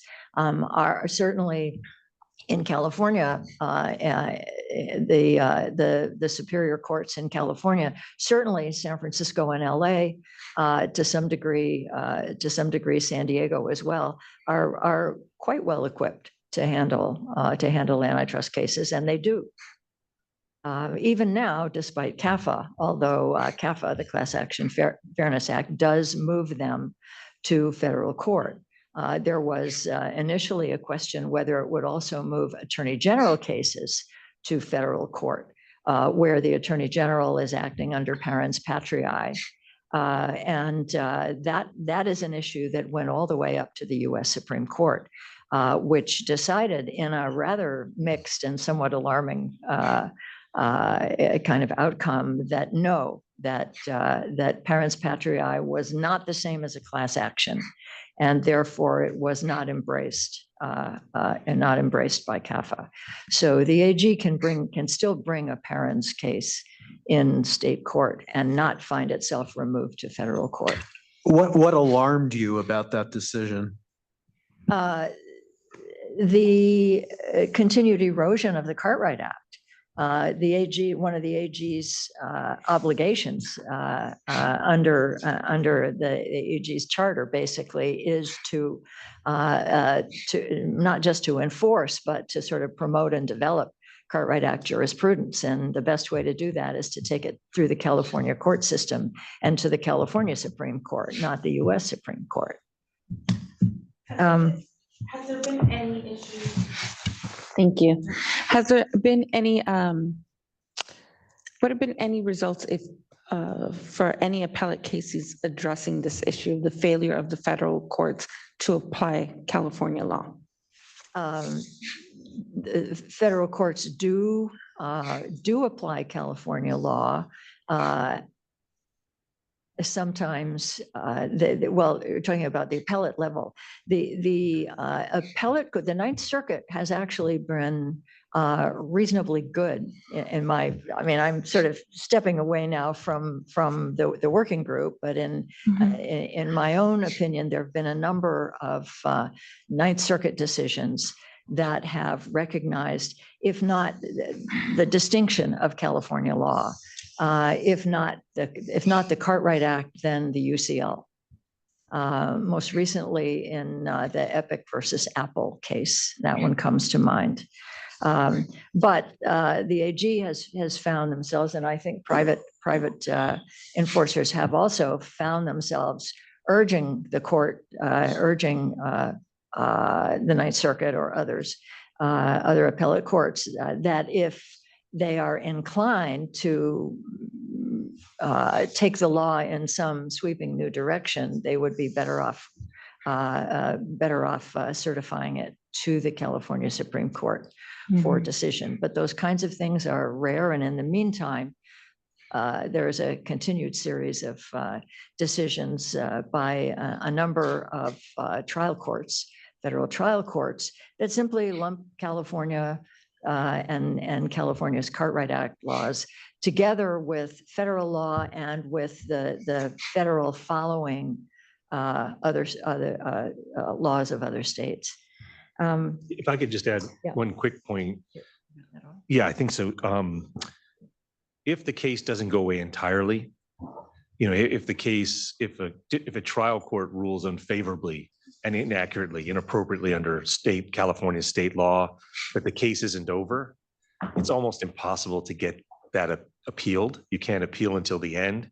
And then because 99% of cases settle before trial, what that means is that you almost certainly settle for less than you would have and never get to an appellate court to fix it. So appellate courts, they can also they also have the same sort of bias. I don't mean it in a bad way. They're doing their best, but they tend to prefer federal law. And it's very hard to use an appellate court as a way to fix it as a practical matter in most cases. Thank you both. Any other questions at this point? Any other questions from commissioners at this point? Okay, I have a few more items I'd like to address, if I may, looking at the time. Before we do that, I'd like to recognize the senator has joined the commission. So I think we have almost a full complement today. Thank you for taking time out of your schedule. We're talking about concerted action under the antitrust statutes at the moment. And their enforcement, obviously, as well. Resale price maintenance it remains per se unlawful under the Cartwright Act. Certainly, that was the position that the Attorney General took at the time the the U.S. Supreme Court abandoned the per se standard. Professor Carstensen and Professor Davis have talked about that. So I won't elaborate on it. It is discussed to some degree in our report. It is important that there be a legislative reaffirmation of the per se rule. Certainly from the standpoint of enforcement, from our perspective, for the benefit of federal judges who are unfamiliar with the California law, who are the most likely to be those presiding over those cases. The one thing I do want to do is to underscore how important the financial impact of minimum resale price maintenance is on consumers, retailers, and the economy at large. I think we don't appreciate how much of an effect it has. I don't know that I can cite specific examples of how prices have gone up, although I think that there are a lot of economists eager to study the impact of now the new federal rule on how that has impacted prices over the years. There have not been a whole lot of cases in federal court on that. But what I do want to mention, just anecdotally, is the almost the entire week after that change was made under the federal law, for the first and only time as the head of the California AG's antitrust unit, my phone just lit up like a Christmas tree with calls from lawyers I knew and some that I didn't know, asking if California was going to follow that rule or not. So it was very clear to me that there had to be, just the people that called may have had dozens of client companies for whom that was a significant issue. So the sort of magnitude of it is something I think should be taken seriously in any consideration that is given to that. Pre-merger notification is discussed in our report. I think you are going to have a further update, or may already, maybe this afternoon, about the status of that. California AG's office has been involved in the work on the pre-merger notification law, and I'm sure if one is proposed in the legislature, there is a whole process, legislative process that the legislative commentary process that the AG's office goes through. It certainly represents an important step with regard to much of the work on mergers that the AG's office has done, which involves working with other states, working with the feds, and being caught behind because of the difficulty getting the same documentation and therefore the ability to speak freely with the federal enforcers and other AG enforcers has been a historic problem. And this certainly is a very important step to ease some of the difficulties with all of that. Certainly coordination is always difficult, but just coordinating the paperwork and making certain that everyone has the same paperwork is a huge step forward. There are questions regarding the staffing, that the extra staffing for what paper might arrive in the office. And obviously the federal agencies receive a fee, a very significant fee that covers a lot of their costs in reviewing all of those and conducting their investigations. And there would be concern on the part of states, I would think, that receiving the paperwork raises a budget issue. And that budget issue would need to be solved going forward, as that would be probably the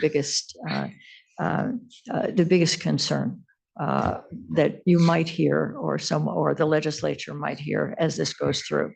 The kinds of, a lot of that has, I believe, been discussed at the Uniform Law Commission meetings, and I feel fairly confident that the person who speaks to you about that can be more knowledgeable than I on that subject. And then finally, amending the Cartwright Act to apply to mergers and acquisitions. California does very few, the California AG's office does very few mergers per year. At one point, I kind of looked back over the years to see how many actual merger investigations we had done, and they averaged around 5 to 6 per year. And when I speak about merger investigations, mergers, as I'm sure you know, are very front-end loaded. A huge amount of the work is done before anything is ever filed, if it is ever filed. And there's a great deal of paper that's reviewed, or documents are reviewed, huge numbers of documents. And there are many interviews and depositions in effect taken, and economists crunch numbers and do models and so forth. And if it's just an investigation, if you're going to do a whole one, it could easily cost a couple of $1 million for the state of California to do that. Perhaps just looking at impacts in California. If you actually go to trial and you're not sharing it with any other plaintiff states or with the feds, it might cost 15 million. So the budget of the AG's office and the antitrust law section would be hugely impacted doing much more than that. So there's a very much, and that would be true whether there were a state law concerning mergers or not. So it's always going to be a small piece, but an important, very important piece from the standpoint of impact. To have a state law, to have California's own merger law presents some very interesting opportunities. Certainly the ability to gain more attention in state court for vertical mergers would be important. California itself, AG Becerra filed, I think, the first challenge in federal court to a vertical acquisition that had been done in a very, very long time that involved Valero's acquisition of Plain All Americans facilities in the Bay Area, storage facilities. And he was successful with that. But that was one where the Federal Trade Commission, which typically looks very seriously at gasoline and had in gasoline in California, was down to just 2 commissioners out of the 5. And they were, for whatever reason, unable to take action. Of course, the fact that they had not taken action was the first and most repetitive argument made to the federal judge as to why California AG's case challenging the merger should be thrown out. That happens over and over. You would certainly not find that taking place if California had its own law. I want to call your attention to a couple of other concerns about that. The variability of California and other states to challenge mergers under the Clayton Act, the federal merger law, is subject to periodic challenge. Sometimes it's a challenge such as the one I just described by the litigant saying you should just, if there's a disagreement and the feds don't go forward, but the states go forward, clearly the case has no validity. Well, that's inappropriate. There is every reason to think that, I guess you would call it a redundant enforcement. There's already redundant enforcement of the antitrust laws by having the 2 state agencies. And then, of course, now with the whole of government approach of the Biden administration, even further elaborations on what's anti-competitive. And certainly state federal redundancy, if you will, is an important safeguard, just as it is for any other really kind of critical and fundamental thing. I mean, think about your water systems, for example. But the threat is a real one. The Antitrust Modernization Commission appointed by Congress in 2003 gave very serious consideration to, in effect, disenfranchising the right of the states to move on an equal enforcement basis with the feds with regard to mergers. And then probably the most recent and fairly alarming abrogation of the states' rights came in the T-Mobile Sprint merger. Not to get into too much detail, but effectively what happened there, and the concern was that 4 players would go down to 3 when T-Mobile and Sprint merged. During a joint state federal investigation that was pretty well publicized, the Federal Antitrust Division decided to accept the handing over of some Sprint assets to Dish Networks, and felt that that would be a sufficient guarantee of 4 meaningful competitors in the market. I won't comment any further on that, but I will say that the states decided to challenge the merger in federal court. This was in the New York in the New York court. There were several states, California being one, involved. And the proof that was put on, it went to trial, the proof that was put on related to the national market, but also related to a number of local markets, including a number of markets in California, where there never were four to begin with. There were already only 2 or 3 of those competitors, and the loss of Sprint would have significant impact. The court ruled against the states, but at the same time, and so the states lost that particular challenge to that merger.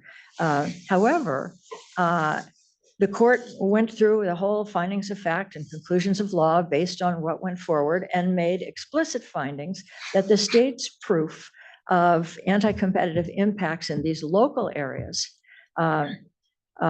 was sufficient and was affirmed. And the court found that there were those impacts, but went ahead and ruled against the states anyway. Now, On what basis? on the basis that there had been, the basis on which that was disregarded was not stated. The court had found that there was insufficient proof, or that actually what the court found was that and Josh has studied this more than I have, more recently than I have, that the economic impacts or lack thereof that were discussed by the 2 economists on both sides, it was a wash. There was no real way. It was there were persuasive arguments on both sides, and therefore the plaintiff didn't prevail. That was the basis of it. But this ability to kind of just to make these factual findings and then disregard in a remedy the impact on state markets is, I think, one that if there were a state merger law, even one that kind of tracked some of the language or all of the language of the Clayton Act, even better, one that focused in a little bit more explicitly on, let's say, local markets or disproportionately affected consumer groups, for example, and that were filed in federal court. You have to file in federal court if you're going to have other states with you, or if you're going to have other, the federal agencies with you. But you can add the California merger law claim. If you do that, the court obviously has to make a separate ruling on that. And I would venture to guess that had there been such a thing in place, it would not have been as easy for the judge to just simply gloss over the fact that that proof had been deemed sufficient. So there are a couple of exemptions that were part of the, that are, I think, have been talked about a little bit in a number of the other reports. Exemptions is actually, more generally, is quite a broad issue. Our working group sort of took a look at some of the broader ones. We did, there is some mention of privately owned public utilities in Cartwright. Our understanding is that that exemption is not one that is particularly recognized anymore. It's not effective. Privately owned public utilities are subject to the Cartwright Act in the view of the Attorney General, certainly, and in the view of people that we spoke to at the Public Utilities Commission. The 2 agencies, at a time when there was really complete control of all of the aspects of these public utilities, privately owned public utilities, there might have been more validity to the notion of an exemption that would go along with that. But that has not really been the case for a great many years. The whole theory of exemptions is that if you're fully regulated, then you're being overseen by a state agency. If you're no longer regulated, then at least you're overseen by a court under the antitrust laws, but there should be no daylight in between those things. Most regulatory, the ability of the Attorney General to go after antitrust violations at the same time as there is also recognized authority to consider antitrust factors by the regulatory agency. There's a sort of a shared responsibility there that's generally recognized. A case a number of years ago that came up on that involving the Insurance Commission was resolved favorably to the AG being able to exercise authority. There are, in looking at some of these things, there are a couple of areas where there does not seem to be any attention by the regulatory agencies themselves to antitrust concerns. Those are sort of touched upon, and yet their exemptions remain in place and are certainly got our attention.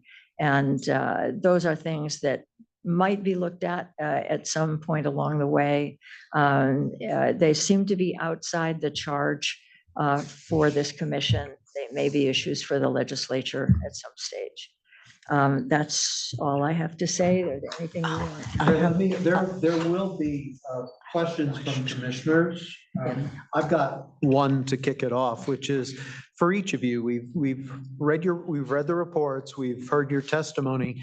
If you each could make a single change to California's antitrust statute, what would that one change be? So that I get a sense of what you think the priority is among the mass of information you've given us. Professor Davis and then Ms. Foote. Or the other way around, if Ms. Foote is prepared. Yeah, exactly. Well, for me, it would be single firm conduct.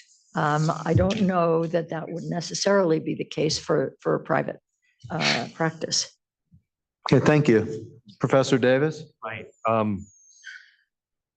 So just one. Just one. I can do that. Nobody can eat just one, right? It hurts, but I can do that. I think in terms of the greatest significance, I would say AI. I don't know what exactly the change would look like, but I think having some approach that would give flexibility for courts to deal under California law with the effects of AI on competition, so that we're not stuck with the kind of formal categories we had. I think AI is already exploding, and I think that to me would be a very high priority. Okay, Commissioner questions? Commissioner Kubas? Hi, thank you so much for your testimony. For both of you, but especially for Ms. Foote, having worked in a government entity, a regulatory agency, I'm wondering if both at the federal and the state level, wondering about the enforcement piece. Can we do more? Is there more staffing needed? Is that part of why we're here, actually, to answer that question about what should we do? Should we change the law? Should we change the policy? Should we change regulations? Or should we help and boost the capacity of the enforcers? Thank you. That's a good one.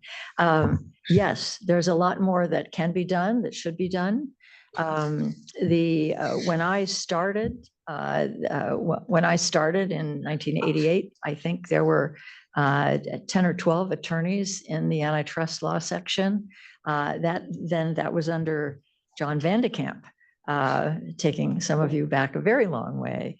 Then under Dan Lundgren, it shrank a bit further, and then under Bill Lockyer, it had very significant growth to about, I think, 14.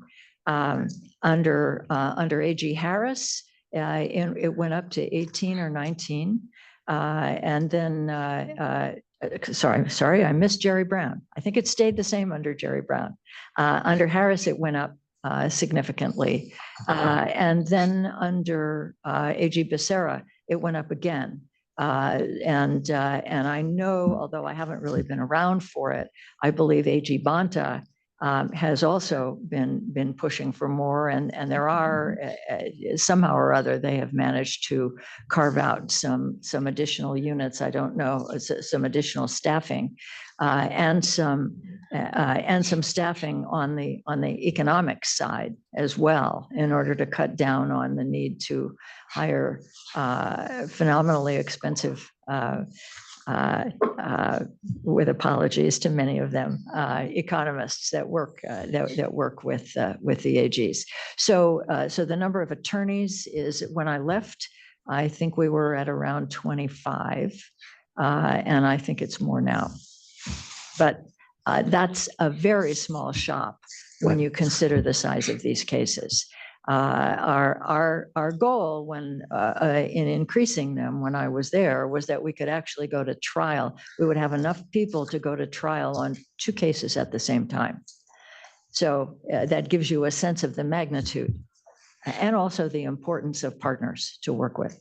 And I would just add on, oh, sorry, please. Commissioner, jump in. I would just add very quickly, the California Attorney General's office and the antitrust folks are just excellent. And not every state has that. I'm not sure any state has it the way California has. And so I think it is a wonderful investment. You know, having said that,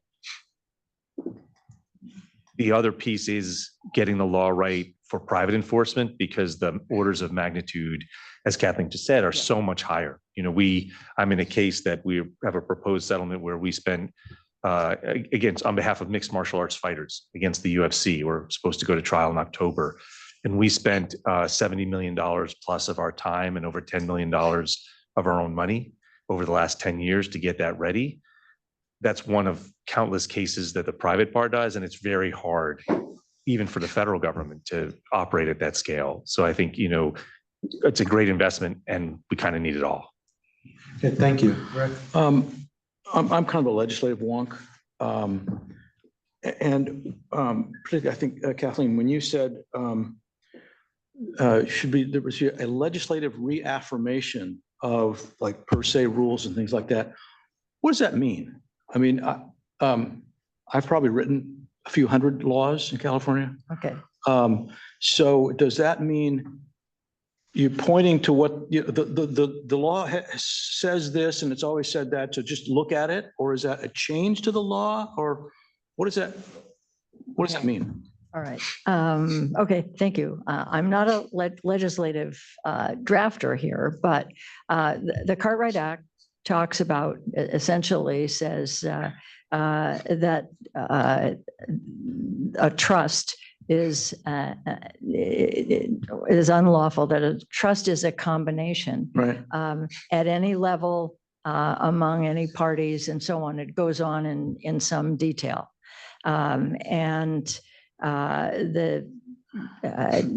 That was repeatedly found to be, the per se rule was found on a number of different occasions by California courts to, they adopted the per se rule on that. They read that as a per se ban.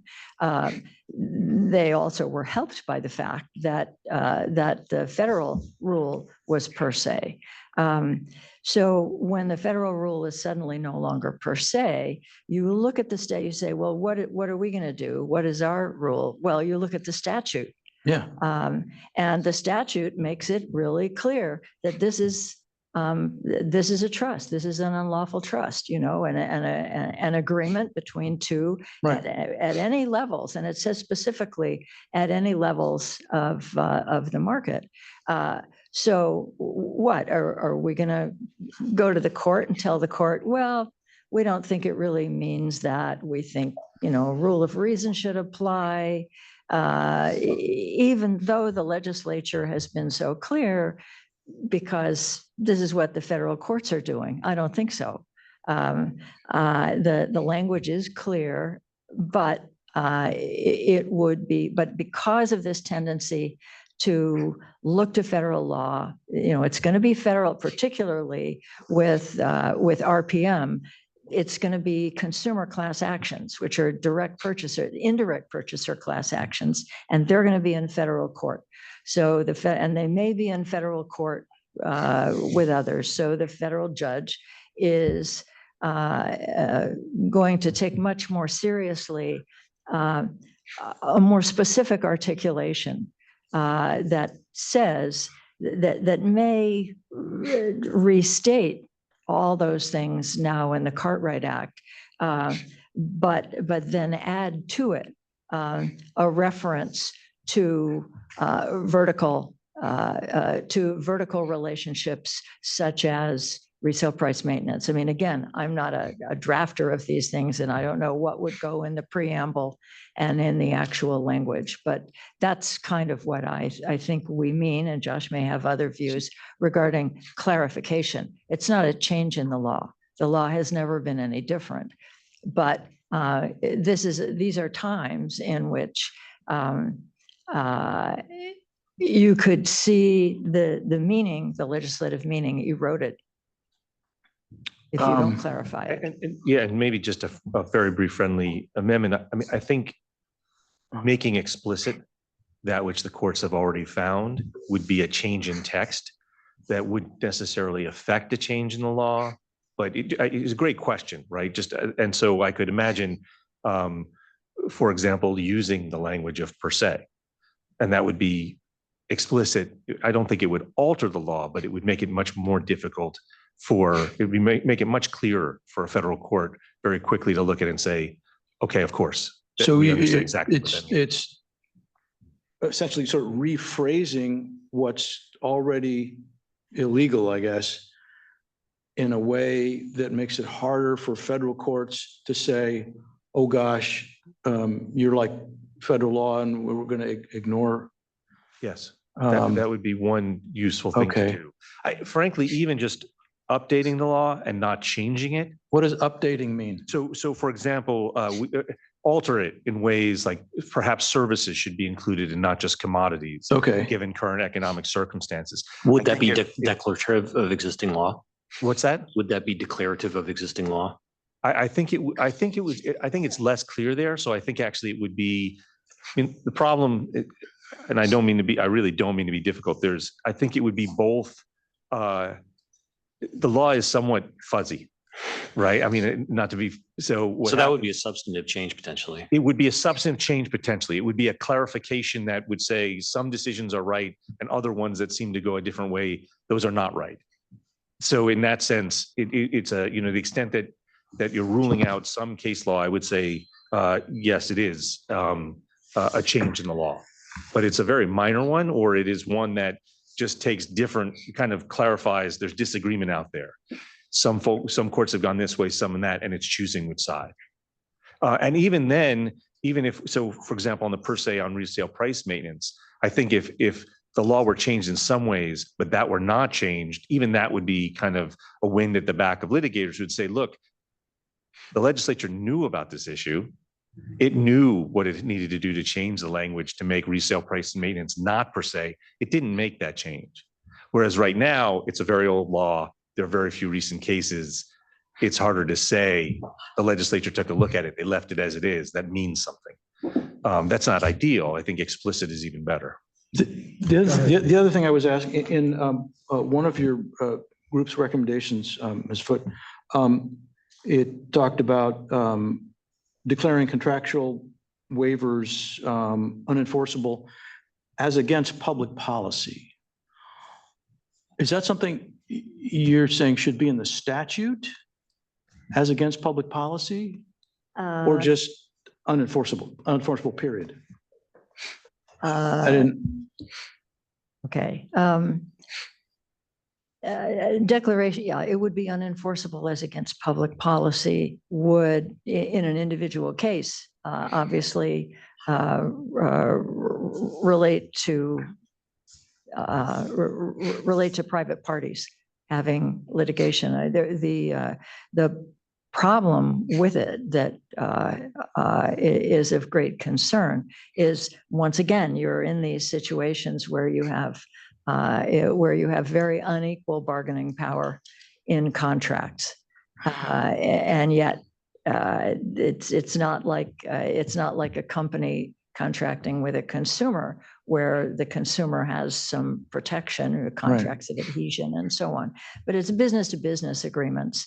And yet there's been quite a proliferation of these agreements. I mean, some of them are arbitration clauses, which are certainly difficult to get at because of the federal rules regarding arbitration. But even without those, there are ones in which these clauses that waive attorney's fees, that have only single damages, that all these kinds of things, or that they must be secret, are harmful to antitrust enforcement overall. It means there are fewer antitrust cases. It means even if there's a resolution of them, we're not going to know about them. And yet antitrust enforcement is now, and antitrust having a moment, antitrust enforcement is a significant factor nowadays in economic policy. And so being able to encourage cases to go forward and those harmed to get redress, and especially to know about them when they occur, is a public policy issue that's really worth insisting upon. Right. No, I get that. I'm just wondering and I've seen this phrase in a couple places in some of the things, is that something that is your group explaining to us? Unenforceable as against public policy? Yeah. Yeah, that phrase.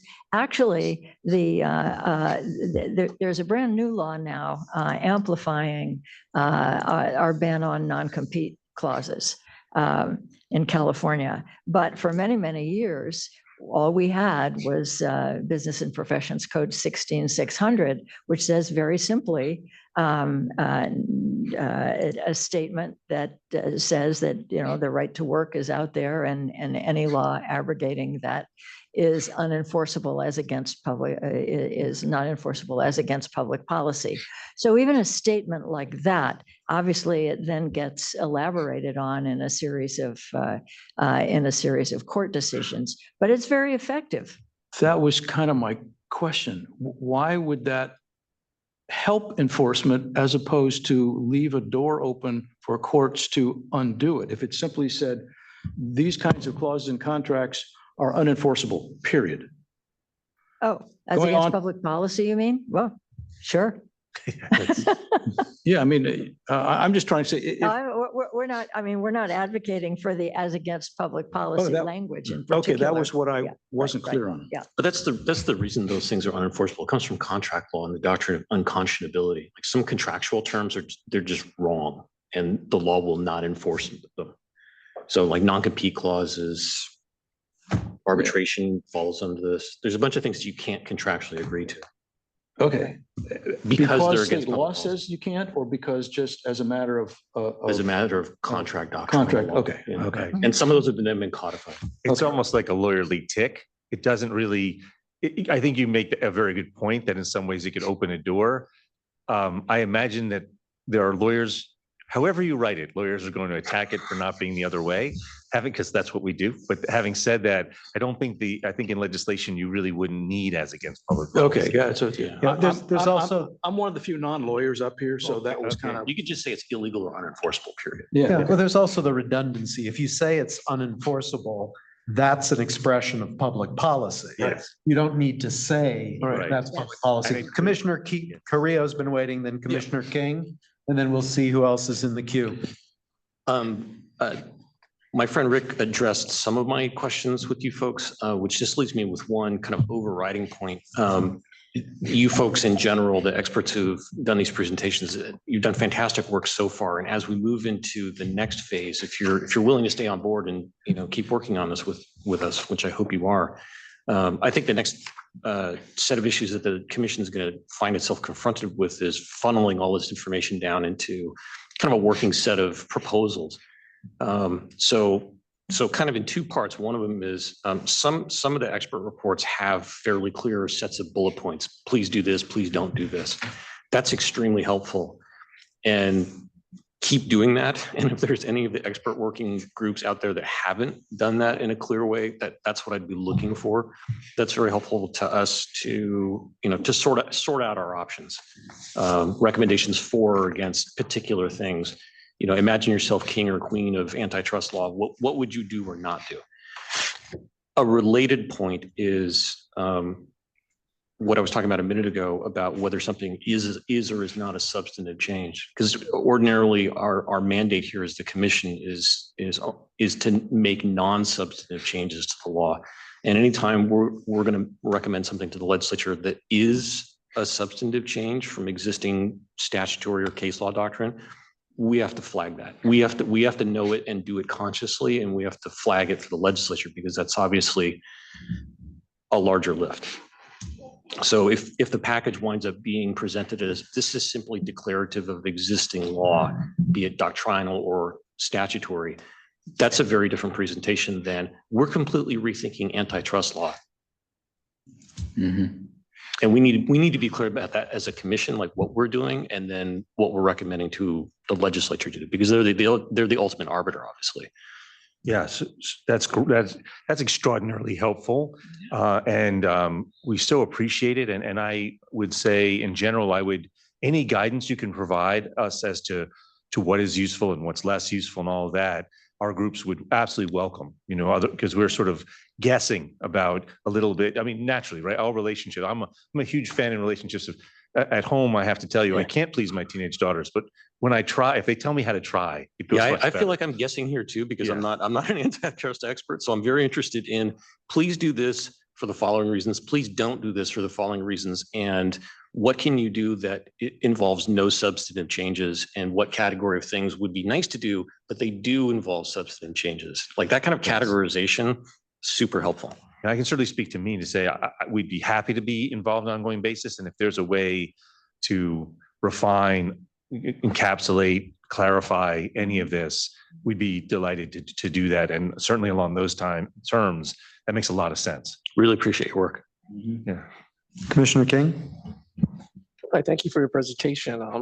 You thoroughly convinced me that the Cartwright Act could use improvement in light of the fact that the federal enforcement hasn't been what it should be. But one of my questions, and I posed this at our last meeting, was that we're aware that New York really tried to reform the antitrust laws. There have been efforts in the House of Representatives. There hasn't been a lot of actual successes. So we spent a lot of time at the last meeting where people made some proposals about how to explicitly control big tech, for example, when we were having a discussion about single firm conduct. And the question I posed at the end was, well, let's be honest here, and I want to be very practical. I'm a big believer not to let the perfect be the enemy of the good.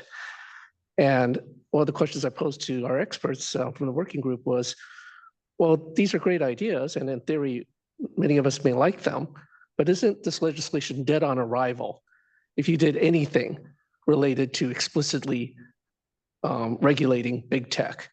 And they said, yeah, it's totally dead on arrival. I think they said something like that. So my question is this, you've given us some proposals. Are there any things in light of the fact that you must be aware that reform has just been so difficult in this field, that even though we'd love to enact some of these laws or concepts, as a practical matter, it would make the legislation dead on arrival if we touched it. So I'm just wondering, and it goes to your comment as to how the working groups would love any guidance it could get. Yes. What I'm basically saying is that we'd love your expertise and guidance, but I'm very focused on getting things that can pass. Is I think that it'd be an incredible shame if we spent 2, 3, 4 years on this and it's just totally dead on arrival. So it's sort of an open-ended question, but are you aware, as in the single firm conduct discussion where they said, literally, don't mention regulating big tech by name at all, otherwise it's dead on arrival. And therefore that gives us a real handle on the scope of our work. I mean, it really narrows it. It makes it much more technical. Do you have any such ideas to make sure what you're proposing, and many of these great ideas about the Cartwright Act are fantastic, Is there anything we should be avoiding or be cautious of that would make this legislation radioactive for passage? Can I intervene here? Yes. It seems to me that what might be worth considering is whether you can have 2 or 3 buckets in which you put your proposed changes, some of which are the declaratory, some of which are the modest modifications of dealing with, for example, the fuzzy area between commodities and things that are not commodities, and then the heavy lifts that would be a real problem, if not dead on arrival, at least on life support, so that we try to give you a little more, we try to set up a set of things so that at least it would be possible for the commission, if this is possible, I don't know exactly how you would operate, to have a suggestion to the legislature. Here's some ways that involve really just restating the Cartwright Act in 21st century terms, not changing anything. Here a second bundle, the small modifications. Third bundle, would you like to consider some serious changes?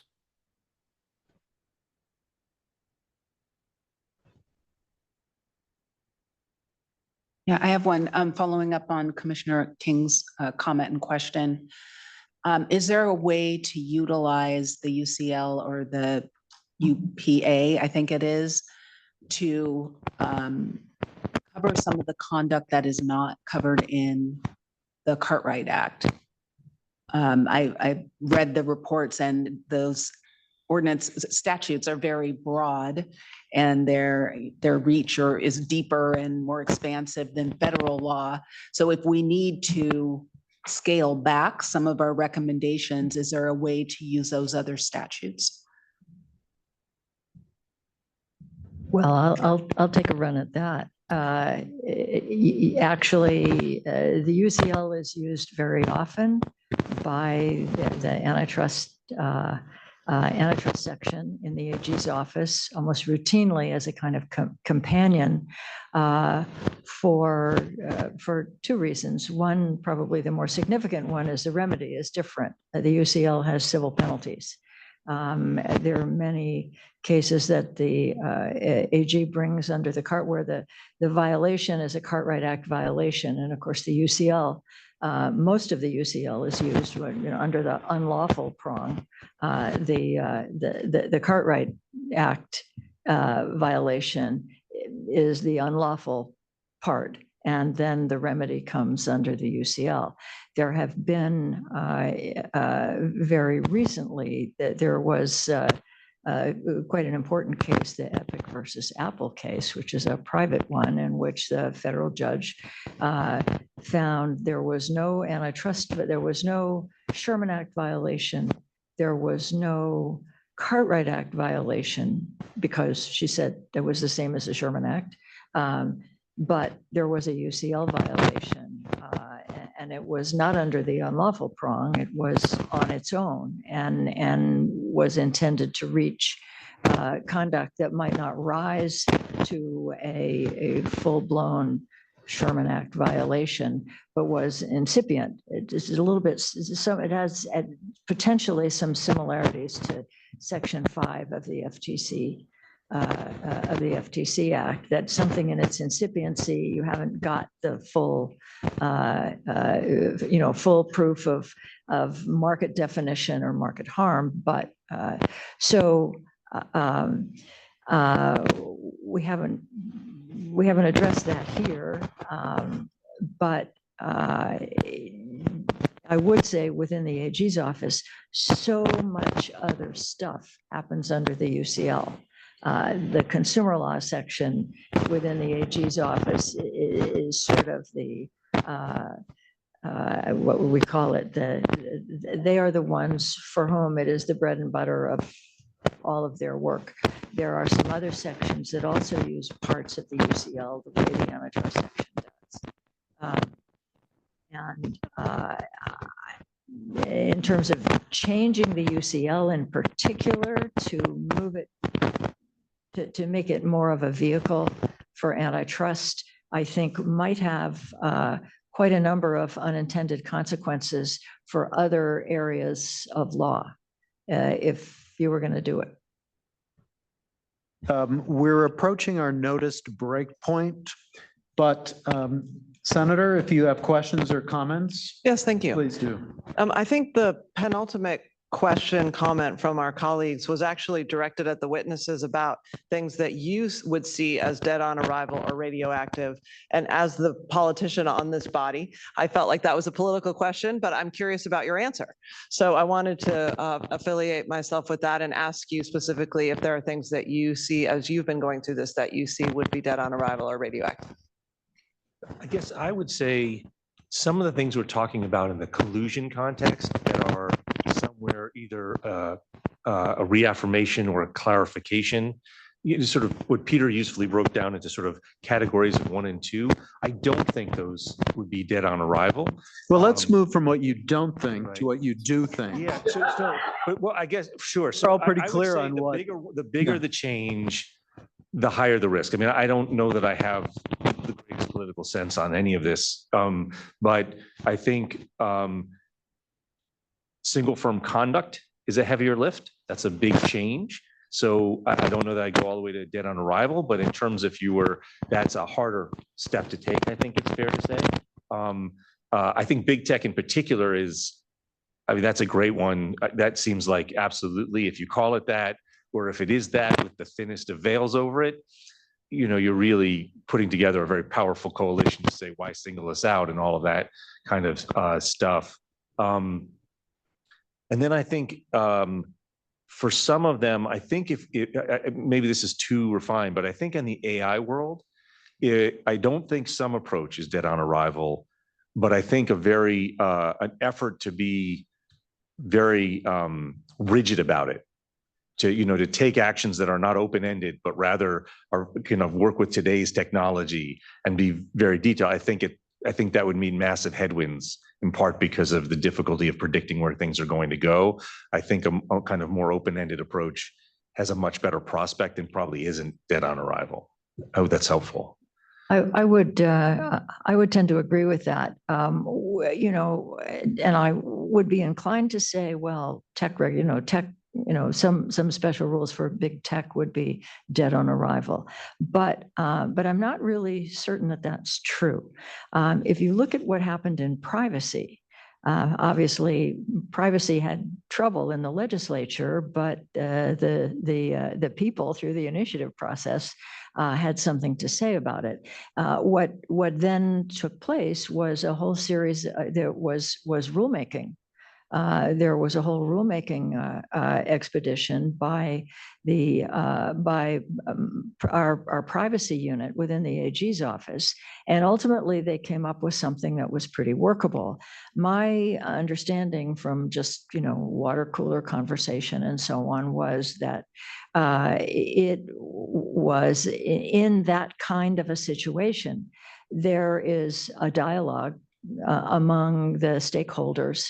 And it is easier to come up with something that will work for, that will be workable and that everyone can live with, which may not happen in the legislature. You would know better than I. If I just make a brief follow-up point, because I think it might help the working groups. I very much appreciate the gentleman's suggestion that we have separate bonnets and things. But I think from my experience of being on this commission for a dozen years, we don't get to have separate bonnets. That's part of our whole function. You as academics can give us separate bonnets, but at the end of the day, we issue a bonnet. So that's the distinction between what the working group does and what we do.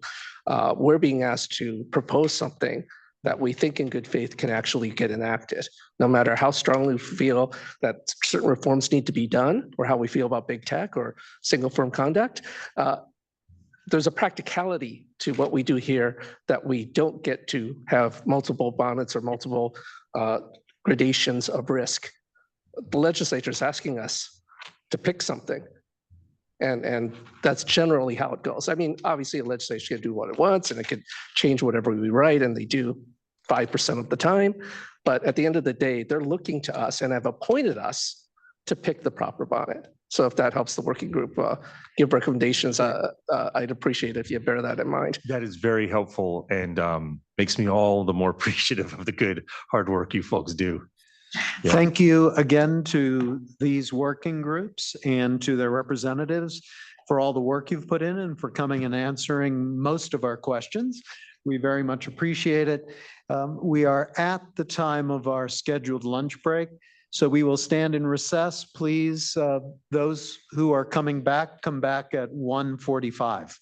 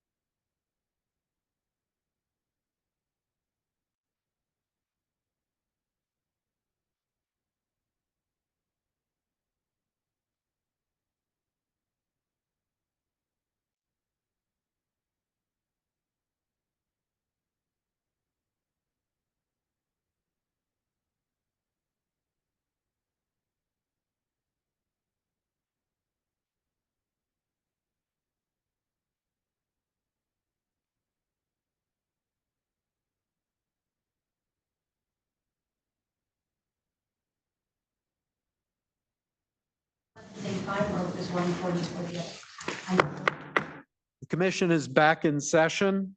We are still in agenda item number 6 with the next working group, which is the expert report on the consumer welfare standard.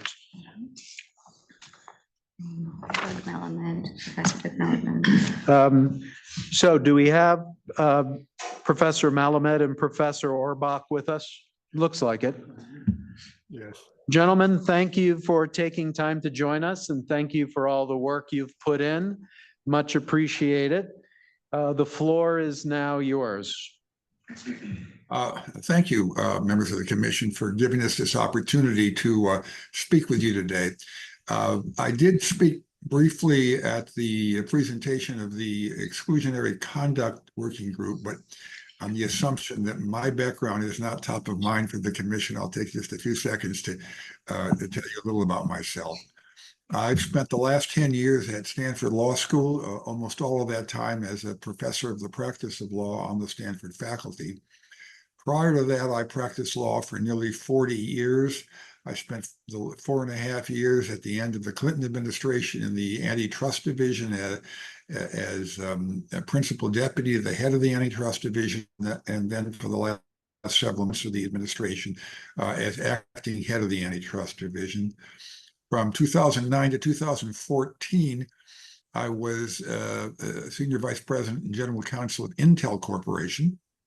And the rest of my time in private practice was spent in a law firm, practicing law in a law firm. So I think I've seen antitrust from a variety of institutional perspectives and both as a plaintiff as a defendant. I'm going to begin with some very brief comments that maybe take 5 minutes or so. And then Professor Orbach and I will be glad to respond to any questions that you might have. The theme of our report, I believe, comes down to this. It's maybe not as exciting as that of the last group. There are a number of difficult questions as to which antitrust doctrine might be improved or revised in some particular ways that will enable the law more effectively to promote competition and economic welfare. The debate about the meaning of the consumer welfare standard is not one of those questions. It's really a bit of a sideshow. I'm going to make 5 basic points to summarize our thinking.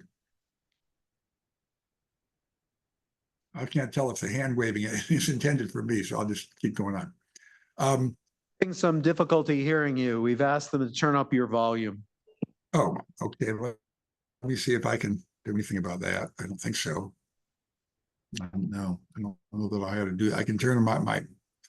Anyhow, I'll try to speak more loudly. I'm sorry if it's been a problem. Do you want me to repeat what I've said or just pick up where I was? Okay. So I'm going to make 5 basic points to try to summarize the thinking of the working group. First, at its core, antitrust law is about protecting marketplace competition. Since the enactment of the Sherman Act in 1890, courts have repeatedly emphasized that the ultimate goal of the antitrust laws is to protect competition, and they've repeatedly rejected assertions that harms to competition might be justified by other considerations. And for example, in a landmark 1978 decision in the National Society of Professional Engineers, the Supreme Court wrote that, quote, "The purpose of antitrust analysis is to form a judgment about the competitive significance of the challenged conduct. It is not to decide whether a policy favoring competition is in the public interest or the interest of the members of an industry." Second, the meaning of the so-called consumer welfare standard is that in order effectively to promote marketplace competition, antitrust law is and should be focused exclusively on economic welfare, specifically on the economic welfare of consumers and suppliers, which economists sometimes call together trading partners. Trading partners are the businesses or people that supply goods or services to or purchase goods or services from the firms that are the subject of any particular antitrust matter. And it is those trading partners that are the most directly and immediately benefited by robust competition and harmed by injury to competition. Third, the consumer welfare standard has been mislabeled from day one. It never really meant the consumer as a trading partner, and that has created needless confusion. But it has never meant what the critics often say it means.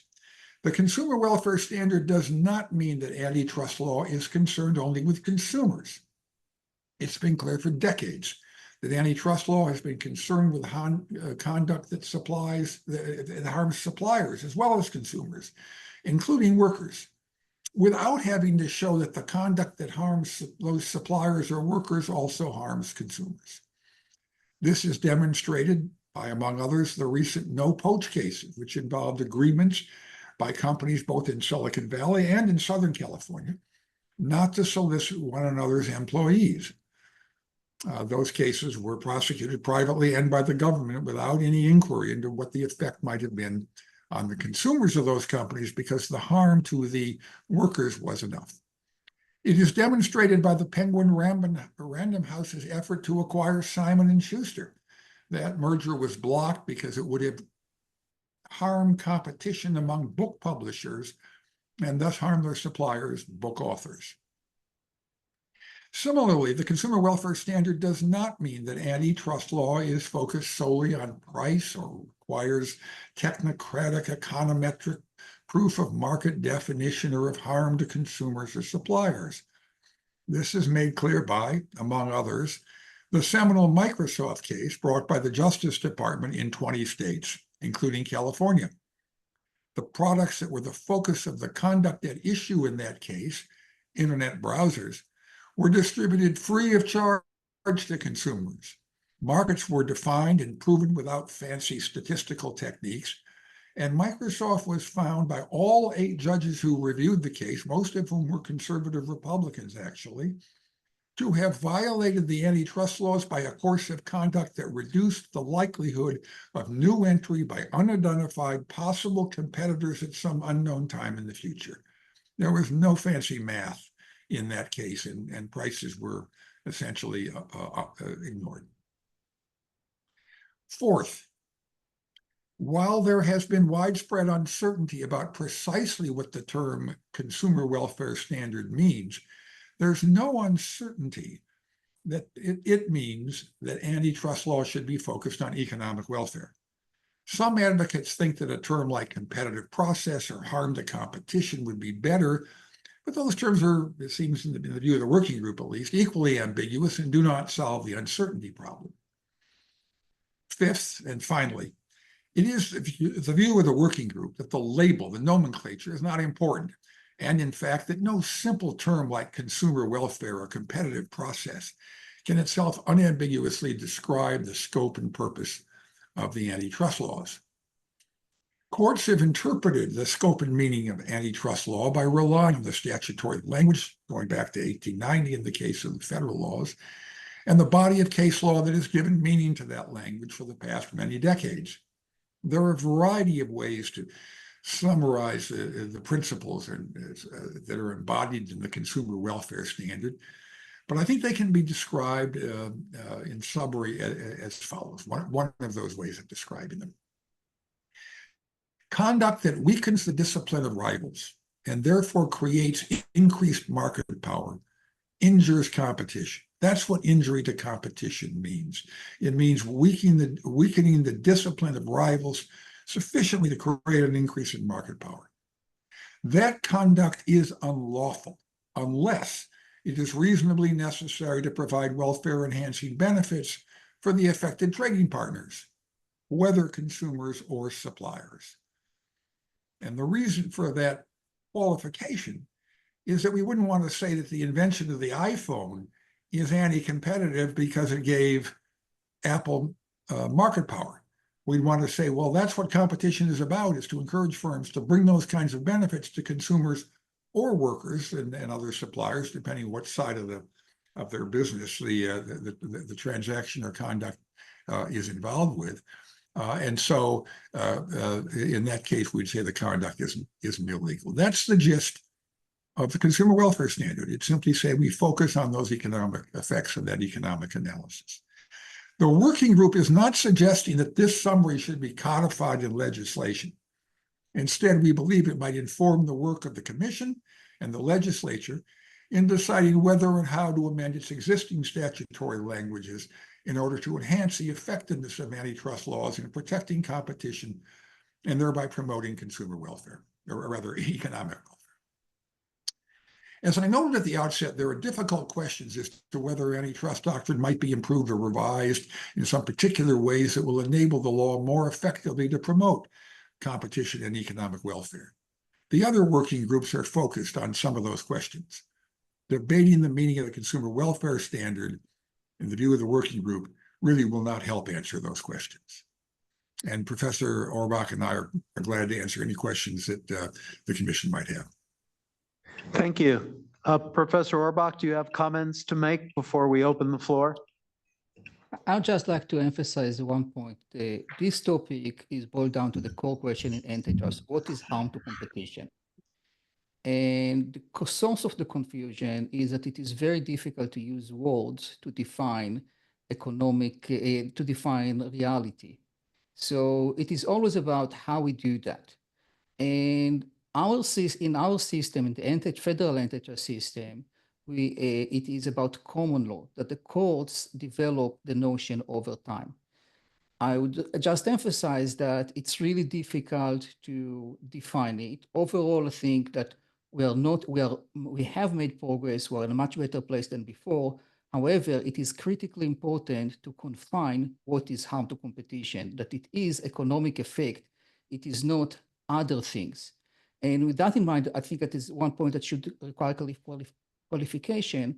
When we say economic welfare, we are referring only to the values of transaction. Because, for example, many products we buy are not healthy for us. We are talking about welfare in the narrow side, the difference between cost of production and price or willingness to pay and price.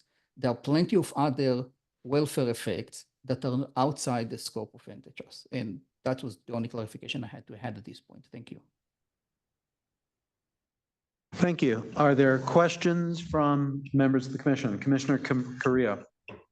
Thank you both for your excellent presentation and your excellent and concise memo to us. My question is in two parts, and it's related to comments that I made earlier, if you happen to have been watching. One of them is, so on the last page of your memo, in two different places, you have slightly differently worded, but basically the same definition of the concept of injury to competition. And so my first question is, are you, with some degree of confidence, one way or the other, can you tell me, is the definition as you have stated it here, is that an accurate reflection of the current status of California law? So if I went and I looked up a California Supreme Court case and looked for a definition of this concept, would it track with what is presented on the last page of your memo? Well, I'll take a stab at that, and I'm not as frankly as knowledgeable about California law as I am about federal law, so I say this with some tentativeness. But I think the answer to your question is, at least at a general level, it is consistent with my understanding of California law. And I note in particular, there's a case cited on page 5 of our report, the Neville Bar Diaries case, which makes, I think, a really important point, if I understand it, in interpreting the Cartwright Act. And it is that the Cartwright Act is about envisioning promoting competition and economic welfare as a means to serving, promoting these other objectives, like protecting democracy. In other words, it is not intended to invite courts in individual cases to say, well, what outcome here is going to promote democracy or maybe some other value. It is saying that the California legislature has done what I think the Congress did in the federal legislature, which is to say, we're going to focus on competition and the economic implications of that. We recognize that it has that robust competition has other benefits that ripple through society and promoting equality and democracy and so on. But the law is not focused on that. The means chosen to achieve those objectives are competition and the economic significance of that. So I think the California law, at least as a general matter, is aligned with those efforts to summarize antitrust law. And obviously, Barak may have some comments you want to add to that. Professor Barak? Thank you. So I think that this is really an important question based on this prior discussion about the possibility of the state law differ from the federal law. And well, there are companies that operate only in California, which perhaps you can apply to them different standards. But when we're talking about a national economy, it becomes really tricky if one state has a different standard for what is harm to competition compared to the national standards and sometimes global standards. My understanding, and again, I did not practice law in California. I've not done a lot of work under California law, but as a practical matter, there are a good number of cases where plaintiffs won under state law, but did not win under federal law. And that's regardless of the analysis, at the end of the day, it boils down to the point that under California law, the notion of harm to competition is presumed to be a little bit broader. And again, when you look at these cases, and I've not analyzed the data set of all the cases in which it happened, I think that that's what we are likely to see. Whether it's good or bad, my inclination is that we should have one approach. It will never be precise. We are making progress, but if we break down the definition of what is harm to competition across jurisdictions within the United States, I think it just will create more noise in the court system. Thank you. Thank you. Other questions or comments from commissioners? Hearing none. Sarah, do we have our next set of panelists teed up? I believe we do. Deborah? Do we have Lee Hepner from the American Economic Liberties Project available?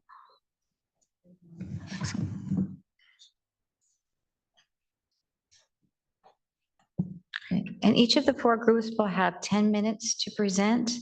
And I believe we are forwarding the slides for each of you. So if you could please say next slide and we will advance it with your presentation. And professors, we will be back to you after this panel. And Sarah, please keep the time. Absolutely.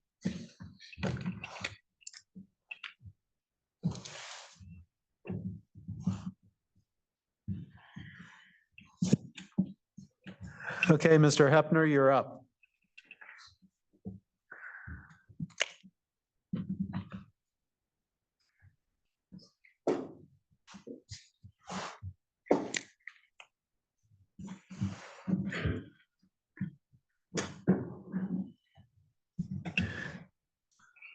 Mr. Hepner, are you with us? I just wrote it in, I'm just waiting. Oh, great. Thank you.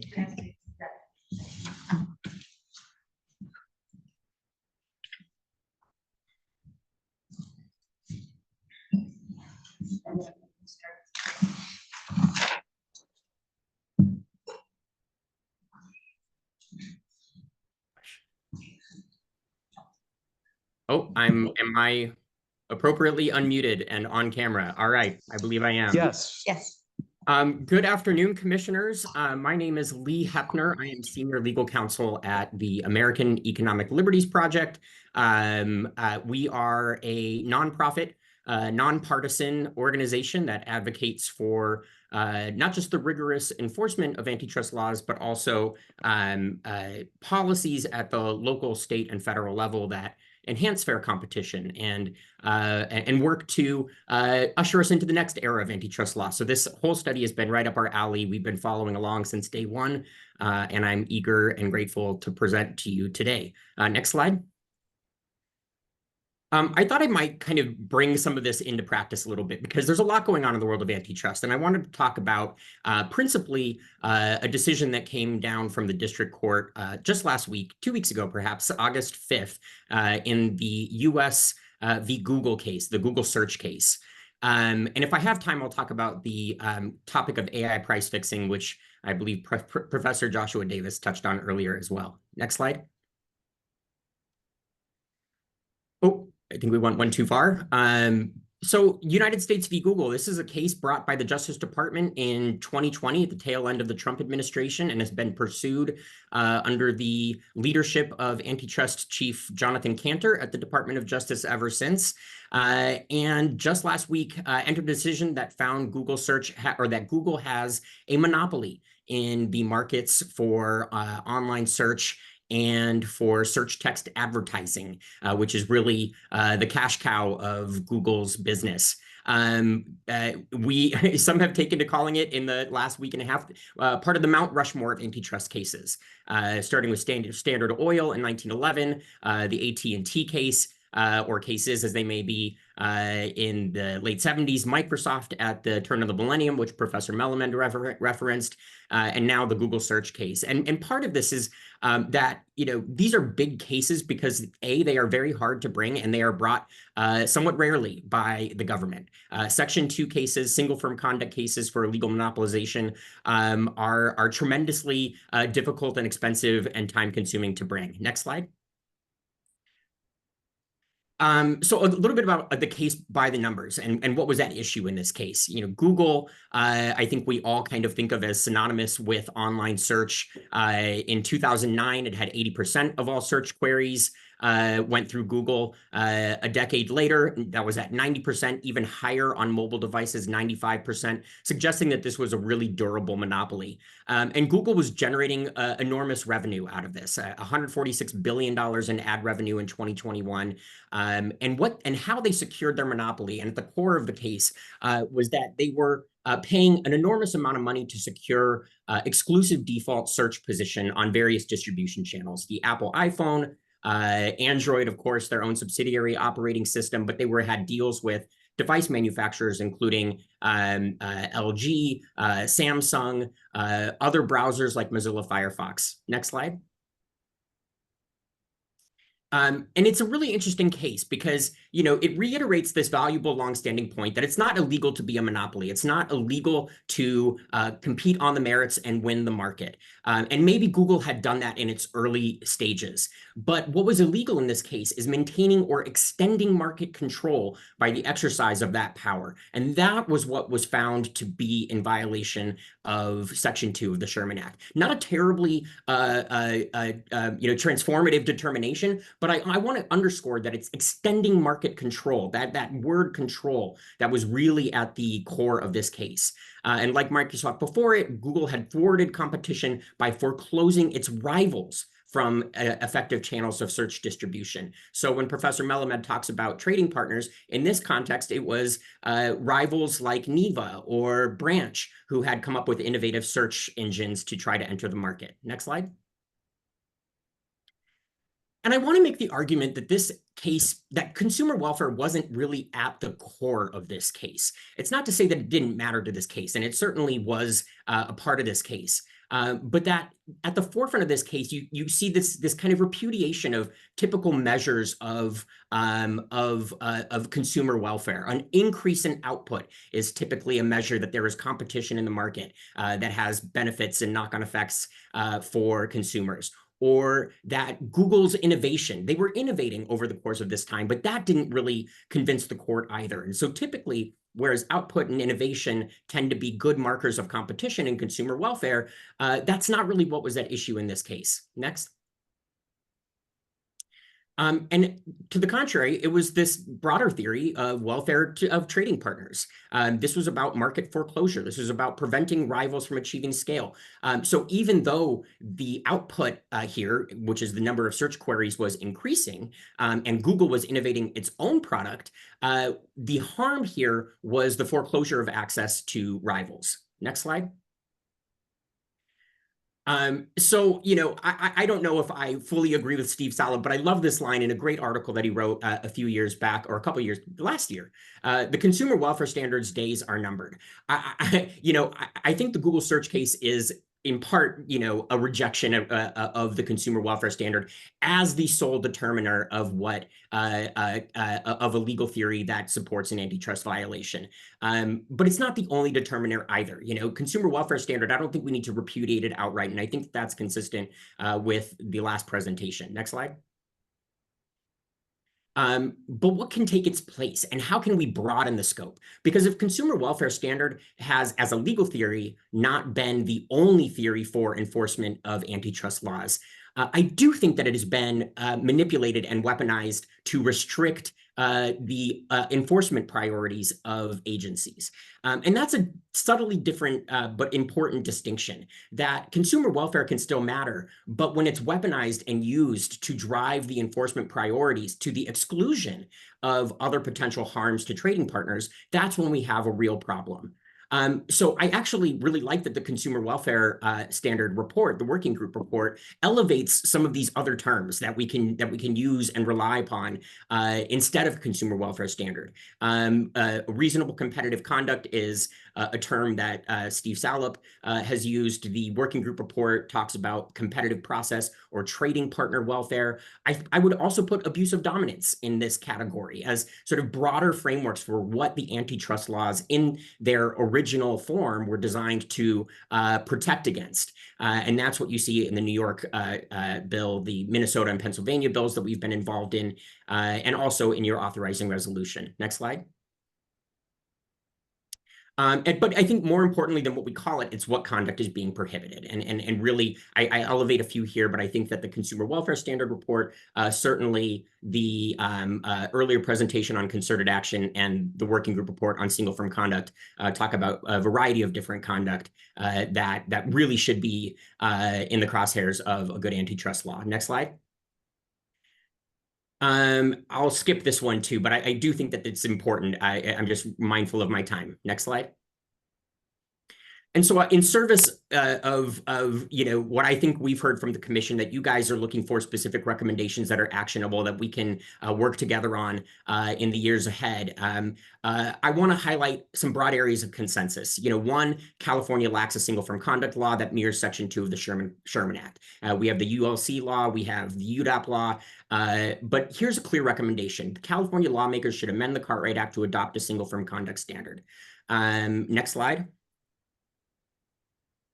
And then the second notion that most antitrust scholars, and this is from the working group report, believe that antitrust enforcement should be strengthened without abandoning the focus on consumer welfare or economic welfare. I think where I depart from the immediate preceding presentation is that I think it would be incredibly valuable to include in a single firm conduct law explicitly what the alternative standard is, so that we're not inadvertently constraining enforcement priorities by regurgitating and reusing this phrase consumer welfare standard. But I would encourage the commission to use a phrase that we are preventing the abuse of dominance, that an antitrust law single firm conduct standard protects the welfare of trading partners, that a phrase like that is actually tremendously valuable.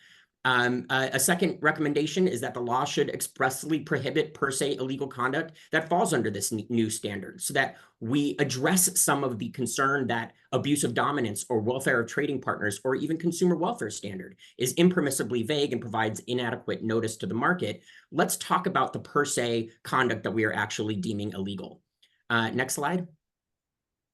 I'm going to skip this whole section, and if we could just move to the end, because I think I've got about a minute left.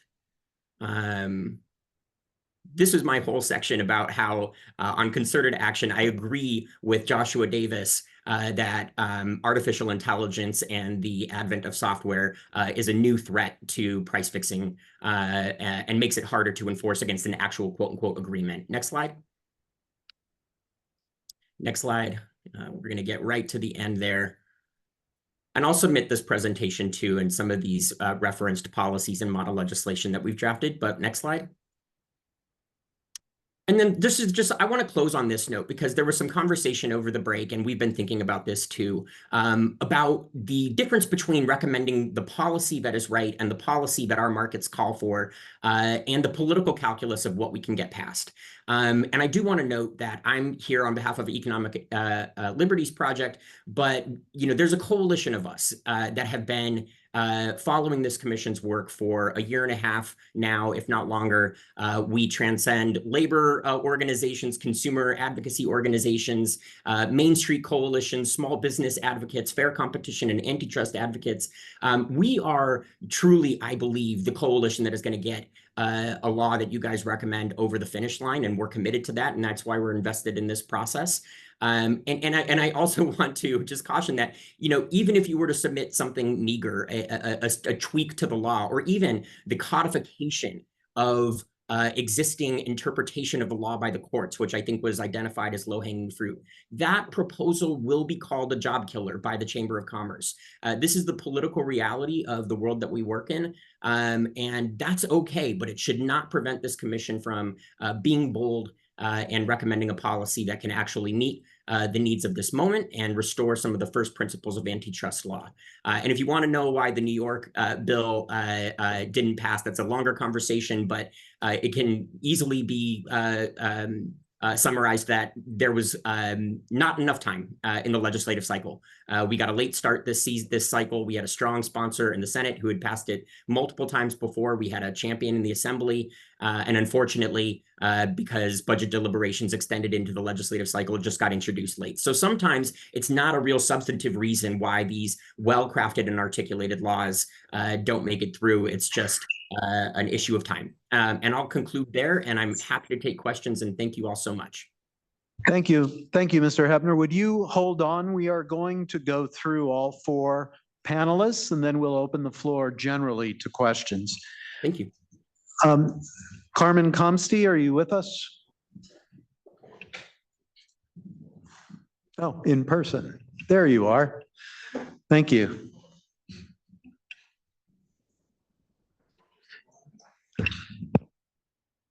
In the interest of time, our other in-person panelists, you can come forward and take your seats, and we'll get to you in serial order. Ms. Comsty, please proceed when you're ready.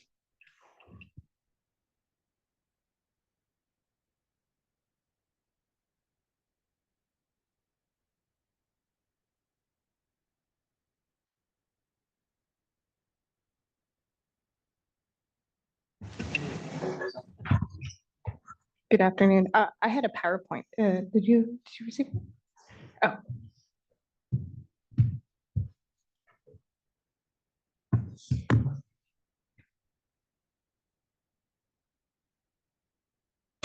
I'll start while they're pulling it up, just so we aren't wasting time here. But good afternoon and many thanks to the commission for this important discussion. I'm Carmen Comsty, lead regulatory policy specialist with the California Nurses Association, National Nurses United, which is the largest union of registered nurses in California and in the United States. CNA represents over 100,000 registered nurses in the state, and for decades, our nurses have been concerned about the consolidation of economic power that healthcare corporations have over workers, patients, our health, and our communities. But antitrust law has failed to adequately protect public interest and the interests of working people. Next slide. For union nurses and patients, antitrust law and its underlying purpose should fundamentally concern the imbalances of economic power and the harm that may result when the economic power is abused in the interest of profit making.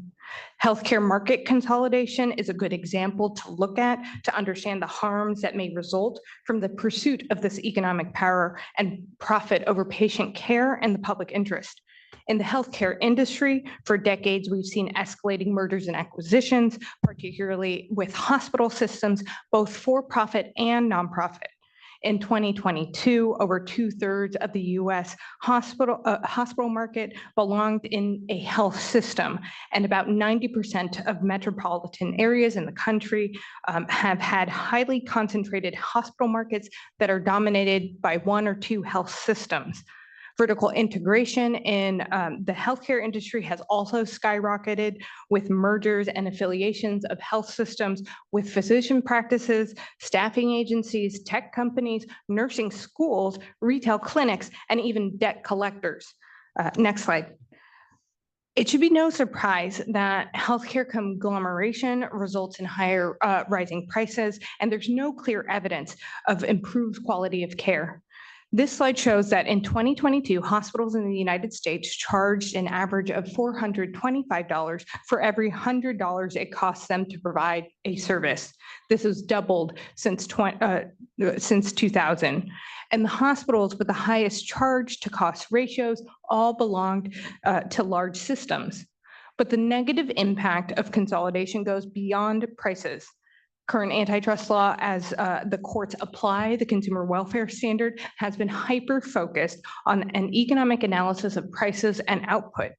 This analysis fails to consider the social value and the necessity of healthcare for individuals, the community, and the economy at large. And it fails to consider the value of the healthcare workers who produce the services of healthcare. Next slide. Antitrust standards currently provide little recourse for consumers and workers to effectively challenge anti-competitive conduct outside of the merger structure. So our comments that we submitted last meeting go into a little bit more detail about the harmful conduct in healthcare from consolidation, but I want to highlight a few issues here. First, consolidated healthcare systems readily shift costs onto consumers indirectly through higher premiums, out-of-pocket costs, and medical debt. They can use their market dominance to discriminate against uninsured or publicly insured patients. And there's also a concerning growth in what we call medical redlining, where dominant providers avoid low-income areas and communities of color who may bring lower returns. This results in healthcare deserts in rural and underserved areas, perpetuating systemic racism and income inequality. An alarming trend is that large health systems buy up competitors only to close or reduce services years later that they deem to be less profitable. This includes closures of high-cost, low-return services like labor and delivery, trauma centers, behavioral health, and some hospitals altogether. But when monopolist health systems cut services, it's the remaining public safety net providers and our counties and the state that have to step up to ensure that community health needs are still met. It's the taxpayers and government that ultimately bears the burden of this anti-competitive conduct. Next slide. And with respect to workers, anti-competitive conduct by monopsonous employers can lead to unsafe and unfair terms and conditions of employment. Studies confirm that increased employer monopsony over workers can lead to reduced wages. But beyond wages, employer concentration can also lead to diluted bargaining power, reduced job quality, and increased exploitation of workers. For example, labor market concentration is associated with reductions in staffing, which is associated with more dangerous working conditions for nurses and poorer patient outcomes. Anti-competitive conduct by employers can also include, as we've talked about today, use of coercive employment contracts from non-competes, NDAs, and stay or pay provisions, all of which limit workers' ability to both demand or seek better jobs. And large employers also have the power to force cost cutting on the backs of worker health and safety. For example, just-in-time supply models adopted by many large health systems result in woefully insufficient supply of respirators and PPE, which left workers scrambling to protect themselves during the pandemic. As health systems gain larger and larger market share, they become less and less accountable to patients, workers in the local community. Next slide. And I want to briefly give an example here. Take HCA's Regional Medical Center, or RMC, in San Jose, which decided in 2020 to close its labor and delivery unit, and just this week downgraded its trauma services. It was planning to shut it down, but after community outrage, they simply downgraded it. After decades of acquisitions in the South Bay by HCA, the largest for-profit health system in the country and possibly the planet, dominated the region's health care services. As a near monopsonist in the region, HCA slashed the high-cost, low-return services at RMC, which serves low-income communities of color in East San Jose, while funneling patients with commercial insurance to its other facilities across town in more affluent areas that where they could charge higher prices. As HCA continues to cut services at RMC, it has, through consolidation, positioned itself to have outsized negotiating strength against Santa Clara County, which is desperately trying to maintain these important services in the area. Next slide. Now, when monopsonous healthcare providers like HCA have an unfair market advantage, they can choose to leave behind entire communities that they deem to be less worthy or less profitable, and they can charge a hefty price tag to the community that wants to save those services. And when hospital services close, local economies are harmed, jobs are lost, local revenue from closed services evaporates. The harms from this anti-competitive behavior connects directly back to historical forms of redlining and the lingering socioeconomic inequities associated with it. You can see here that the poorest zip codes served by RMC are the same zip codes that historically receive the worst classifications in redlining maps. It's notable that for healthcare, the Attorney General's office has limited authority to review and place conditions on hospital transactions, but it does have some authority.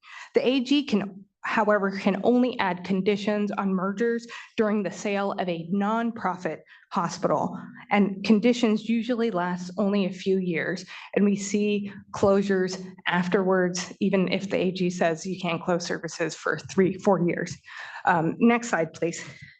Now, one way to improve antitrust law is to establish clear labor impact standards to allow the AG and private enforcers to challenge abusive and anti-competitive conduct by monopsonous employers. Federal antitrust regulators provide a good starting point for establishing this labor market review. And we can look to the FTC's new merger guideline 10 and the recent blocking litigation, particularly in Albertson and Kroger. And other non-union workplace litigation that's being pursued by federal regulators. And there's a last meeting, we submitted a longer detailed analysis of the new labor market standards for review. And this review should include an analysis of things like job quality, short staffing, past labor violations and practices, and workforce stability, which is a topic that the Office of Healthcare Affordability is looking at with their market review. So, you know, looking at ideas of turnover, retention, staffing rates, hiring, all which could be impacted by labor market dominance of an employer. Next slide. Now, the CNA also advocates for a public interest standard that clearly articulates in statute an objective standard that describes what kinds of abusive conduct by dominant employers and corporations may be anti-competitive. A public interest standard could be clearly written to consider behavior beyond factors like price and the negative impact on people and the economy from small businesses to workers and government participants in a market. A public interest standard can also examine whether monopsonous conduct contributes to racial and income inequality, as well as things like lack of diversity in a market, unsafe environmental or consumer impacts, and the quality of products and services. Next slide. Now, just to quickly wrap up, there are many ways that California antitrust enforcement regulators and regulation and law can be structured to ease the burden on consumers, workers, and regulators to challenge hyper-consolidated corporations. State antitrust law should be brought in to codify single firm conduct and explicitly recognize the theories of indirect injury for plaintiffs. And we believe that evidentiary burden should be shifted onto the monopolist firms instead of plaintiff consumers and workers by creating presumptions that certain conduct by dominant firms are anti-competitive. You know, and we can also expand the AG's enforcement authority as well as other agencies and include the ability to look at long-term conditions on mergers and acquisitions and abusive conduct. And you know, we thank you all again for looking at this important issue, and we really believe that California can ensure that workers and consumers are protected under antitrust law to prevent exploitative and harmful conduct of ever conglomerating firms. And there's one more slide which you can go to. It has a bunch of citations here, and we'll make sure that you get copies of some of these important studies. Thank you.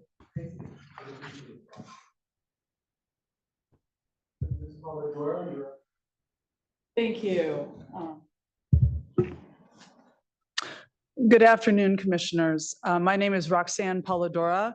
I'm a partner at the Pillsbury Winthrop Shaw Pittman law firm, where I have served as the firm-wide leader of our antitrust and competition practice for over 20 years, and I'm the managing partner of Pillsbury's San Francisco office. I've represented clients in antitrust cases and counseling matters for over 30 years. I'm here today with my partner, Lee Brand, who is a highly accomplished and seasoned antitrust and competition attorney. I'll be taking the lead and then turn it over to Mr. Brand. We are appearing here today on behalf of our client, Western States Petroleum Association, known as WISPA, a nonprofit trade association. We thank the Commission for providing us with an opportunity to comment on the important work that it is performing regarding California's antitrust laws. Next slide, please. Our comments today will focus on WISPA's recommendation that the Commission request a supplemental expert report to address how the antitrust laws should intersect with collaborations to further environmental, social, and governance matters. These are often referred to as ESG. WISPA and its members are at the forefront of developing innovative energy solutions to achieve sustainable and reliable energy future. However, commissioners, lawmakers and enforcers at both the federal and state level have taken the position, many of them, that ESG-focused collaborations raise antitrust concerns, which has resulted in chilling pro-competitive collaborations to achieve environmental benefits. In these proceedings, the Commission has an opportunity to request a supplemental study of the intersection between antitrust law and ESG and to play a leadership role here in this space, providing guidance in this space. Next slide, please. Regarding briefly the background on WISPA, the Western States Petroleum Association, it has been around since 1907 and represents most of the petroleum industry in 5 key Western states: California, Arizona, Nevada, Oregon, and Washington. Next slide, please. WISPA has identified principles upon which to base sound climate policy solutions. And those are as follows. Climate policies should be based on, first, scientific and economic analysis. Second, technology and fuel neutral. They should be technology and fuel neutral, and instead they should focus on reliably delivering energy in a low carbon future. And third, climate policies should rely on market-based approaches because they outperform command and control measures from both environmental and economic perspectives. These principles for sound climate policy solutions should be studied and analyzed in the supplemental expert report. WISPA suggests that this commission request be undertaken. With that, I turn it over to my colleague and partner, Lee Brand. Hello, thank you to the commission for hearing from us today. Now with my microphone on, I will thank you again for hearing from us today. To provide a little bit of background of sort of what the issue is that we're actually talking about, at least a surface level, it seems that there's agreement across the political spectrum that there is no exemption for sustainability initiatives from the antitrust law. You hear that from a member of the Trump administration who led the antitrust group in the DOJ. In that administration, you hear it from Chair Khan, who currently chairs the FTC. But these came in very different contexts, which I think is important to point out for former Assistant Attorney General Del Rahim. The Trump administration had opened an antitrust inquiry into a deal between California and 4 major automakers to reduce automobile emissions, which the Trump administration decided to investigate as a potential antitrust violation. It was criticized at the time for being partisan. It was subsequently cleared as nonpartisan by an OIG investigation of the Department of Justice. But this was sort of him defending antitrust enforcement and saying we can't sort of, even if the world is burning down, we still have to enforce antitrust. So for Chair Khan, she was talking about situations where companies that are defending their mergers want to tell her about all of the good ESG things they will achieve if they're allowed to merge. And her response similarly was, well, that's all great, but that's not what we're looking at here. If you move on to the next slide, you'll see sort of at the political level, there's a lot of sort of undercurrent below this and a deep divide on whether and how ESG collaborations should be adjudicated under existing antitrust law at the federal level. And you'll see it at the states too, as I'll talk about in a second. But this is just from a couple of months ago. There were parallel reports from the House majority and minority focused on something called Climate Action 100+, which is an investor-led initiative to push for emissions reductions based on the financial risk and long-term value of investing in companies that take climate and sustainability seriously. On the one hand, the majority report calls this, collusion between left-wing activists and major financial institutions. They refer to a climate cartel. On the other side, the minority report says this legal theory is a total sham. There's no antitrust violation here at all. You can, these sort of sustainability collaborations, when they really do have competitive justifications, are perfectly legal, and go so far as to call this an abuse of oversight authority by the majority of the House Judiciary Committee. So if you turn to the next slide, you'll see the same sort of back and forth at the state level. This, I think, is a particularly strong example involving Arizona, where its former Republican Attorney General was part of a coalition of 19 Republican Attorneys General that decided to investigate banks who had signed on to something called the Net Zero Banking Alliance. And there are a number of net zero alliances in different industries that have been the subject of antitrust criticism. Net zero refers to the Paris Agreement and the sort of the goal of reaching net zero emissions by 2050. And so if folks in various industries, including financial service providers, asset managers, insurance companies, have formed net zero alliances to sort of collaborate within their industries to help achieve this goal. Republican Attorney General decided to, along with 18 others, decided to investigate these companies under antitrust laws for joining this alliance. 4 months later, when a Democrat replaced him, it was sort of dismissed as a politically motivated investigation, and Arizona withdrew. There's been a lot of letter writing activity among state attorneys general as well, mainly letters to these various net zero alliance groups saying, hey, you can't do this, you're breaking the law. There's I think at one point, a group of Democratic attorneys general responded to Congress saying, we don't think this is a violation of antitrust law, and sent their own letter. But even those attorneys general on the left side, and if you go to the next slide, are two examples of two, an attorney general and someone from another sort of blue state attorney general office. Even those who think that these sort of sustainability collaborations are permissible under existing antitrust law recognize that this threat of enforcement across the nation at both the federal level and from various state attorneys general is creating a significant chilling effect in corporate boardrooms. Phil Weiser from Colorado stated that the mere threat of antitrust enforcement can shape the direction of individual businesses and whole industries.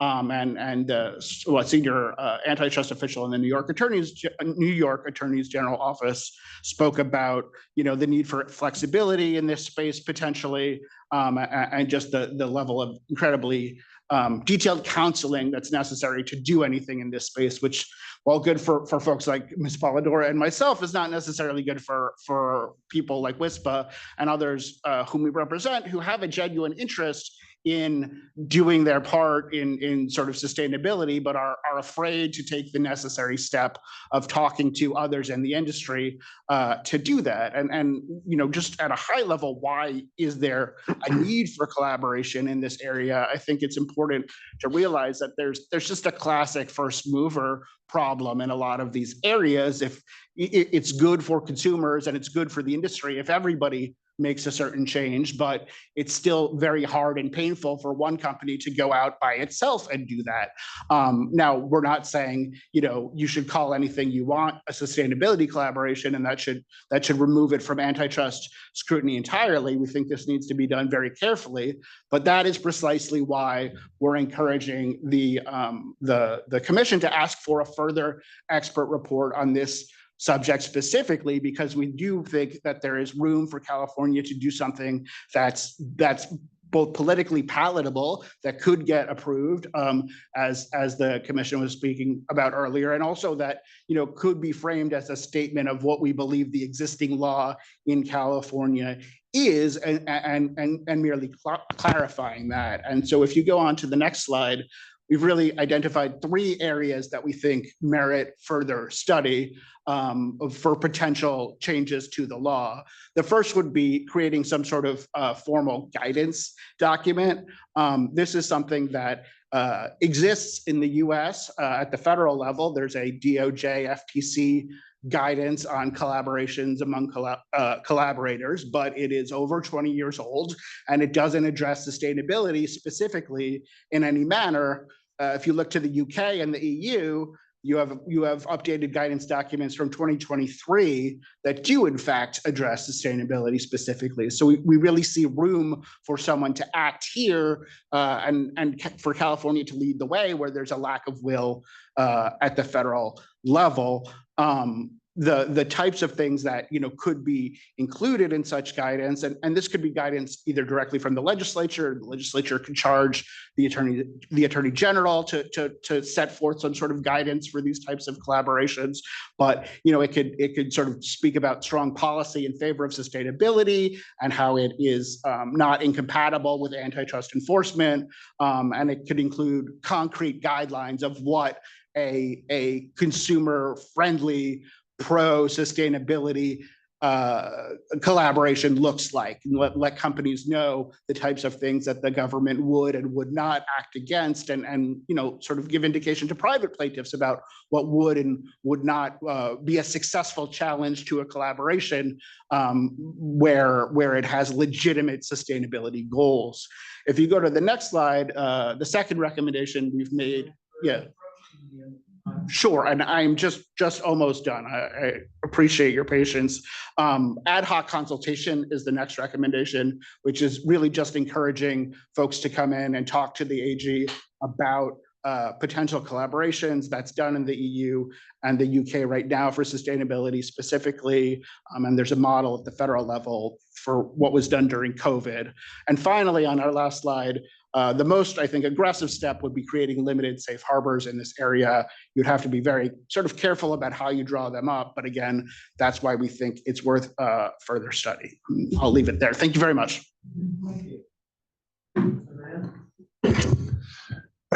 Thanks for inviting me. I'm Jeffrey Manning. I'm the president and founder of the International Center for Law and Economics.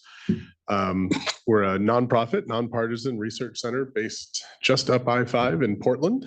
And our mission is to promote the use of law and economics to inform public policy debates on the basis that intellectually rigorous data-driven analysis will lead to efficient policy solutions that promote social welfare and global economic growth. I'm also a law professor and an expert in antitrust law, which is probably why I'm here. Next slide, please. I have a lot that I want to cover. Given the limited time, I certainly won't be able to cover all of it. I think the slides have been shared with you, and I'm more than happy to answer questions because I am just up the road. I'm even happy to come back. So let me try to go to the next slide. And I'm going to go fairly quickly through these first couple of slides. What I want to focus on first is the sort of the issues that I think are animating this entire study and a lot of the claims that are being made in expert reports and by people like me who are coming to talk to you. A lot of them are rooted in the fear that increased concentration inherently causes great harm to whatever constituency we care about: consumers, workers, even competitors. Next slide, please. You see this in the expert reports. This is from the Concentration and Competition in California expert report. It suggests that reduced competition leads to, or high concentration, sorry, leads to reduced competition, reduces competitive intensity. Most experts agree that competition lowers prices to consumers. I do actually agree with that last point, but the difficulty, next slide, is that competition takes a lot of different forms, and it doesn't necessarily just look like a lot of atomistic firms competing directly against each other in a market. So as it happens, concentration is a horrible measure of the lack of competition. There are a lot of reasons why increased concentration might benefit social welfare, in particular if it results from heightened productivity or competitive pressures that lead to the favoring of efficient producers, which means less efficient producers exit the market. You may have concentration, but it's concentration around a more efficient market. As I hope to have a little bit of time to discuss today, this is also true in labor markets. And one of the issues with respect to labor markets is that they're very much more complicated. And the picture is even less clear what the consequences are of consolidation on welfare. Next slide, please. And then actually you can go right to the next slide. So I have a series of slides here that I'll try to go through very quickly because they have pictures, so you don't even have to hear the words. This is, excuse me, based on the current economic literature. What do we know about concentration? What do we know about what causes it, and what the trends are and what its consequences are? So the sort of conventional wisdom is concentration is increasing. You can see that in this slide here. Next slide, please. The reality is that maybe not. If for one thing, there's studies that account for the increasing scope of businesses, so not limiting firms to very narrow industries, but recognizing that they may be operating across multiple industries. When you adjust the assessment of concentration, you find falling average HHI as a measure of concentration in markets. Next slide. Another thing that's very interesting, excuse me, is that the data that we use to measure concentration tends to be these NAICS codes, right? Industry codes. Those don't really map onto antitrust markets. So there are some studies, by the way, all of these studies have data problems. That's one of the fundamental issues here, is that the data is really hard to come by, really hard to understand, and we shouldn't jump to conclusions based on it. One reason is because if you try to use some measure to break the data into something closer to relevant antitrust markets, we see again that in almost all of the markets, we don't see the same rise in concentration that we've seen in the more aggregated data. Next slide. Another issue, most of the data we hear about talks about concentration at the national level. It aggregates across the entire country, or in some cases across the world. There are a couple of studies that have disaggregated that data and look at local markets, which is, of course, where competition often happens. Certainly in labor markets, it's almost entirely local competition, but that's true in many markets. And it turns out when you disaggregate and look at local markets, concentration has actually been decreasing in virtually every industry when you look at local markets. Next slide. Okay. Well, as I said, there's data problems with everything. Others who have looked at local level competition and concentration instead of the national numbers using different data find even at the local level some increasing concentration. And this is in particularly with respect to, I believe this is with respect to retail. Doesn't it say that? I think it's retail. I'll have to go back and look at it. Next slide. Okay, but overall, I think that when you disaggregate the numbers or try to adjust the numbers to reflect more antitrust relevant markets, it really seems like concentration is decreasing. In this case, using another set of adjustments, in this case, accounting for imports, right? That certainly affect the prices and the availability of products in local markets. When you adjust for imports, it looks like concentration hasn't changed at all from 92 to 2012. Next slide. Okay, this I'll largely skip over because I don't have time, but I will point out that one thing about this slide, which is, again, the traditional story is that concentration is increasing and that's increasing profits, markups that firms are earning. Again, the literature is not so unequivocal on this. Yes, it looks like markups have been increasing, but only very modestly over time, and certainly within ranges that are historically consistent, in fact, lower than profits were in the 60s and 70s. And the same goes with respect to wages. It's obviously true that at some level, in some markets, increased concentration can reduce wages, increased monopsony power can reduce wages. But it turns out that in most markets where we've seen decreased wages, we haven't seen an increase in local concentration. And so it's not so clear that in at least certain markets, that connection, that increased concentration is what's causing the decreased wages. Next. I want to draw your attention to a very recent study by Carl Shapiro, who's one of the experts on this, presenting to this committee, and his colleague Eurocoglu, that really does a great job of summarizing most of the literature that I've been looking at and assessing some of the implications. Again, I very much commend it to your attention, but let me just draw your attention to a couple of points they make. First of all, consistent with what I've been saying, in many markets, concentration has been decreasing, not increasing. Secondly, it varies very much across industries. That's particularly relevant for this committee because, excuse me, because ultimately, what may result from this process is a law that applies to all industries, and it may, of course, be the case that some industries are more problematic than others, or some industries are seeing increases in market power because of increases in concentration. But that doesn't mean you want to condemn other industries who may, in some cases, be seeing an increase in concentration, but it may be resulting from, as Shapiro and Eurocoglu point out, increases in productivity or other beneficial causes. Skip 2 slides. Actually, one more. Okay, so given what the literature tells us about consolidation and concentration, I think a couple of things are very important to keep in mind. Number one, concentration says nothing about the amount of competition. It has no direct normative implications. It's a mistake to say we need to change the antitrust laws because we see increasing concentration. That's simply not supported by the literature. Again, increasing concentration may result from very good things rather than very bad things. Secondly, when you're looking at that data, you have to remember that it rarely, if ever, reflects antitrust relevant markets, which means even if you are seeing an increase in concentration, it's not at all clear that giving more power, more effect to antitrust laws will actually do anything about it. It may affect what's happening in antitrust relevant markets, but those may not map onto the markets that we're seeing the concentration data in. Excuse me. Let's go to the next slide.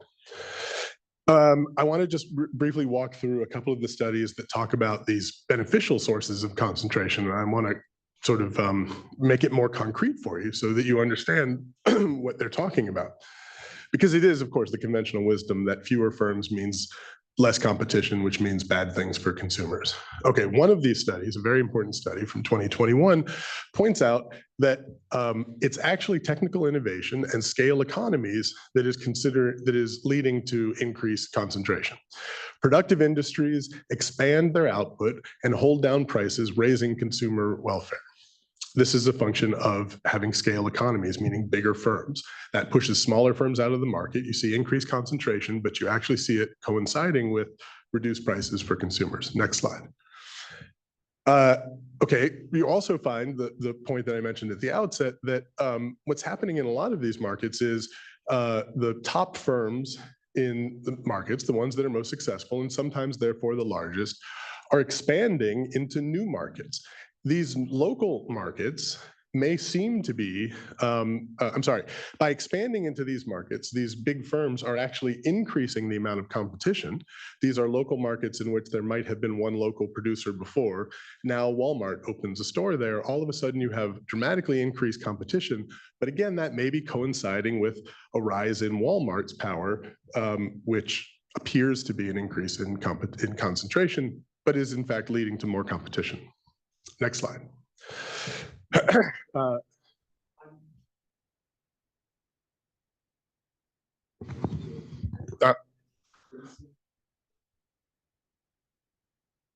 Okay, let me explain that. So imagine you have a market in which there is, let's say, one local grocery store, for example. Oh, yeah, okay, but understand these numbers are somewhat aggregated. So yes, it may be that in a market that already has 12 competitors, Walmart coming in may not dramatically increase competition. There may already be a lot of competition. The point that I'm getting at is that Walmart may enter markets that other competitors don't see as being viable to compete in because they're relatively small.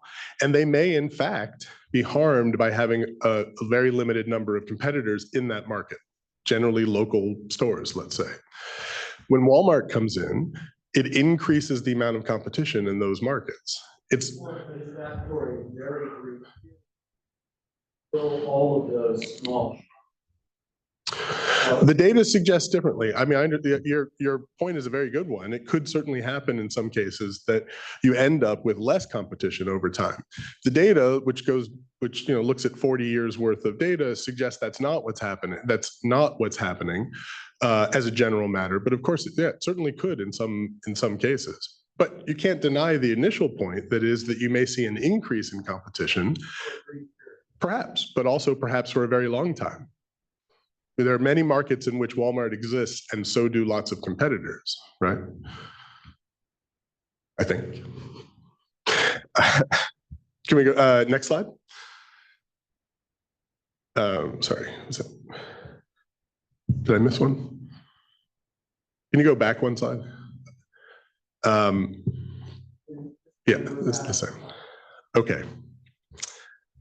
Then let me skip ahead to the two slides, please. Yeah, Syverson.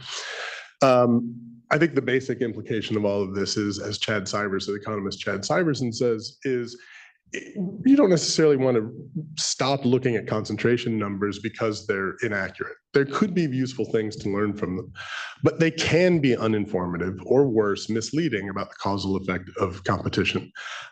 I think that you want to get that right? Before you adopt rules that are aimed at reducing concentration, if concentration is actually improving competitive conditions, I think you want to be careful before you adopt those rules. I guess I'll stop here for now. Thanks.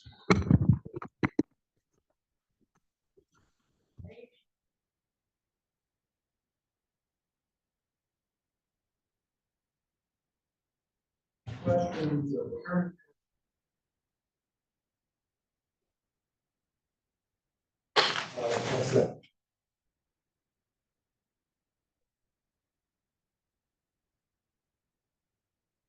Still with us and who's not? Sure, I believe we have Professor Doug Melamed, Professor Brock Orbach, and Professor Peter Karstensen still available.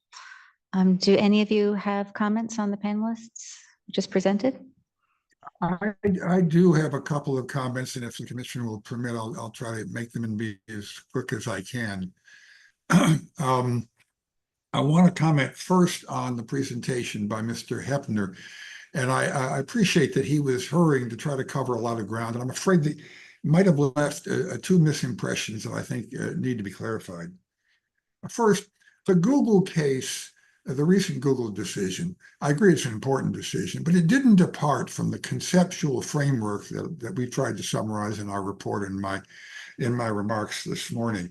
I think some of what Mr. Heppner said might have created the impression that it was sufficient for violation in Google that there was harm to competitors of Google. Well, that's not the case. I mean, firms all the time get a distribution arrangement that's better than the one their rival got. They might get preferred placement on the shelves of the supermarket or countless other alternatives.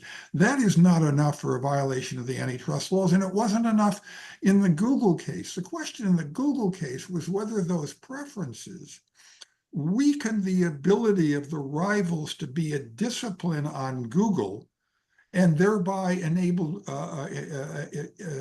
Google to extend or increase its market power. And the reason that was the inquiry in the Google case is that it was the extension of market power that was thought to hurt customers or suppliers. So the case was entirely within the standard framework, and I think that's important to keep that in mind. Secondly, and I think this may just be an artifact of the way the slide was depicted visually, but I think it's important to remind the commission that the working group on exclusionary conduct explicitly rejected an abusive dominant standard and explained why in its report. So that's the first thing I wanted to do, is a response to Mr. Hepner. I want to respond, if I can, to the next three commenters, Ms. Palladora, Mr. Brand, and Ms. Compte, all of whom in different ways, as I understood it, seem to be saying, oh, there are other objectives other than economic welfare that we ought to be focusing on. Obviously ESG, environmental safety, was one, but there was also concern about impact on labor and communities and so forth. And I think this raises a really fundamental question, which is what's behind, I think, some of the misfocused rhetoric about the consumer welfare standard. And that is the question of whether competition law should be focused on economic welfare or on a broader and more diverse set of objectives. And let me say, I'm not here addressing the question of whether there might be a very specific exception to the antitrust laws, for example, in furtherance of environmental safety or other important social objectives. I'm talking about what how you might think about a competition law or an antitrust law. Congress, I think, understood, as I said in my earlier comments, understood that promoting vigorous competition and economic welfare had a number of ripple effects through society. It could retard the power of big economic entities. It could promote equality. It could promote democracy. But Congress didn't say, oh, the antitrust laws should ask courts or enforcement agencies to decide on a case-by-case basis how might these non-economic factors be taken into account. It chose as its means simply saying, protect competition in order to promote economic welfare, and the ripple effect benefits will follow in due course.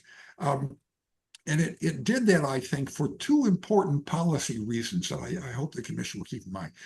First, adding additional objectives matters only when the outcome is going to be different. If you take other objectives into account, whether it matters, in other words, only when the decision, the outcome of an antitrust investigation or litigation would be something that would retard economic welfare, harm it, in order to serve another objective.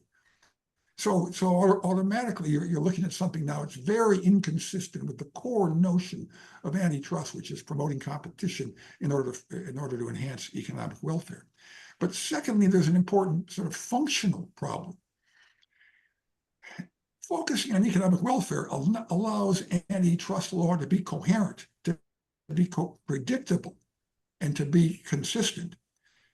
If you put a variety of conflicting objectives, well, let them agree to eliminate competition in order to promote economic welfare, promote environmental safety, or to promote equality in the workforce or something.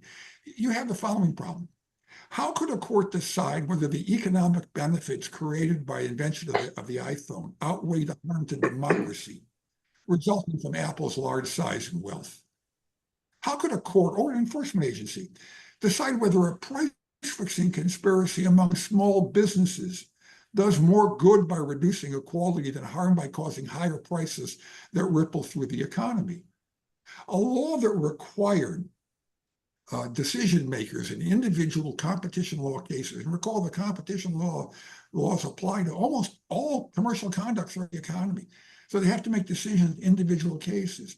A law that required them to balance conflicting different objectives on a case-by-case basis would be a recipe for incoherent and arbitrary decisions. So the wiser course, which I think the courts have recognized, I think Congress recognized in the Sherman Act, courts have been consistent about at least for the last 50 years, is to give antitrust law a tractable, coherent focus on economic welfare so that individual cases can be coherent and sound, so that results will be predictable and firms will know what conduct is and is not permitted, and so that the law as a whole will provide the range of benefits, including reduced inequality and enhanced democracy, that can be expected in general from robust competition and increases in economic welfare. And I think I've used enough time. Thank you, so I'll turn it Professor. over now to the Professor other- Orbach, and then Professor Carstensen. Thanks. So I just want to emphasize a few points that Professor Melamed has mentioned. So one thing is that there is a tendency in antitrust to attribute to antitrust the capacity to resolve all social and economic problems. And we do not diminish the significance of many problems. The issue is whether antitrust law is the right tool to address it. And we believe that the goal of antitrust should be protection of competition. If it is not about competition, the concern should be addressed by other frameworks. And just to give you an example, since you mentioned that you have a group to work on AI, one of the points that the group is likely to come up with is that AI is extremely energy intensive, which means that the more competition you have in AI, the demand on our grid and the demand on our energy generation would be extreme. Actually, it is already unclear whether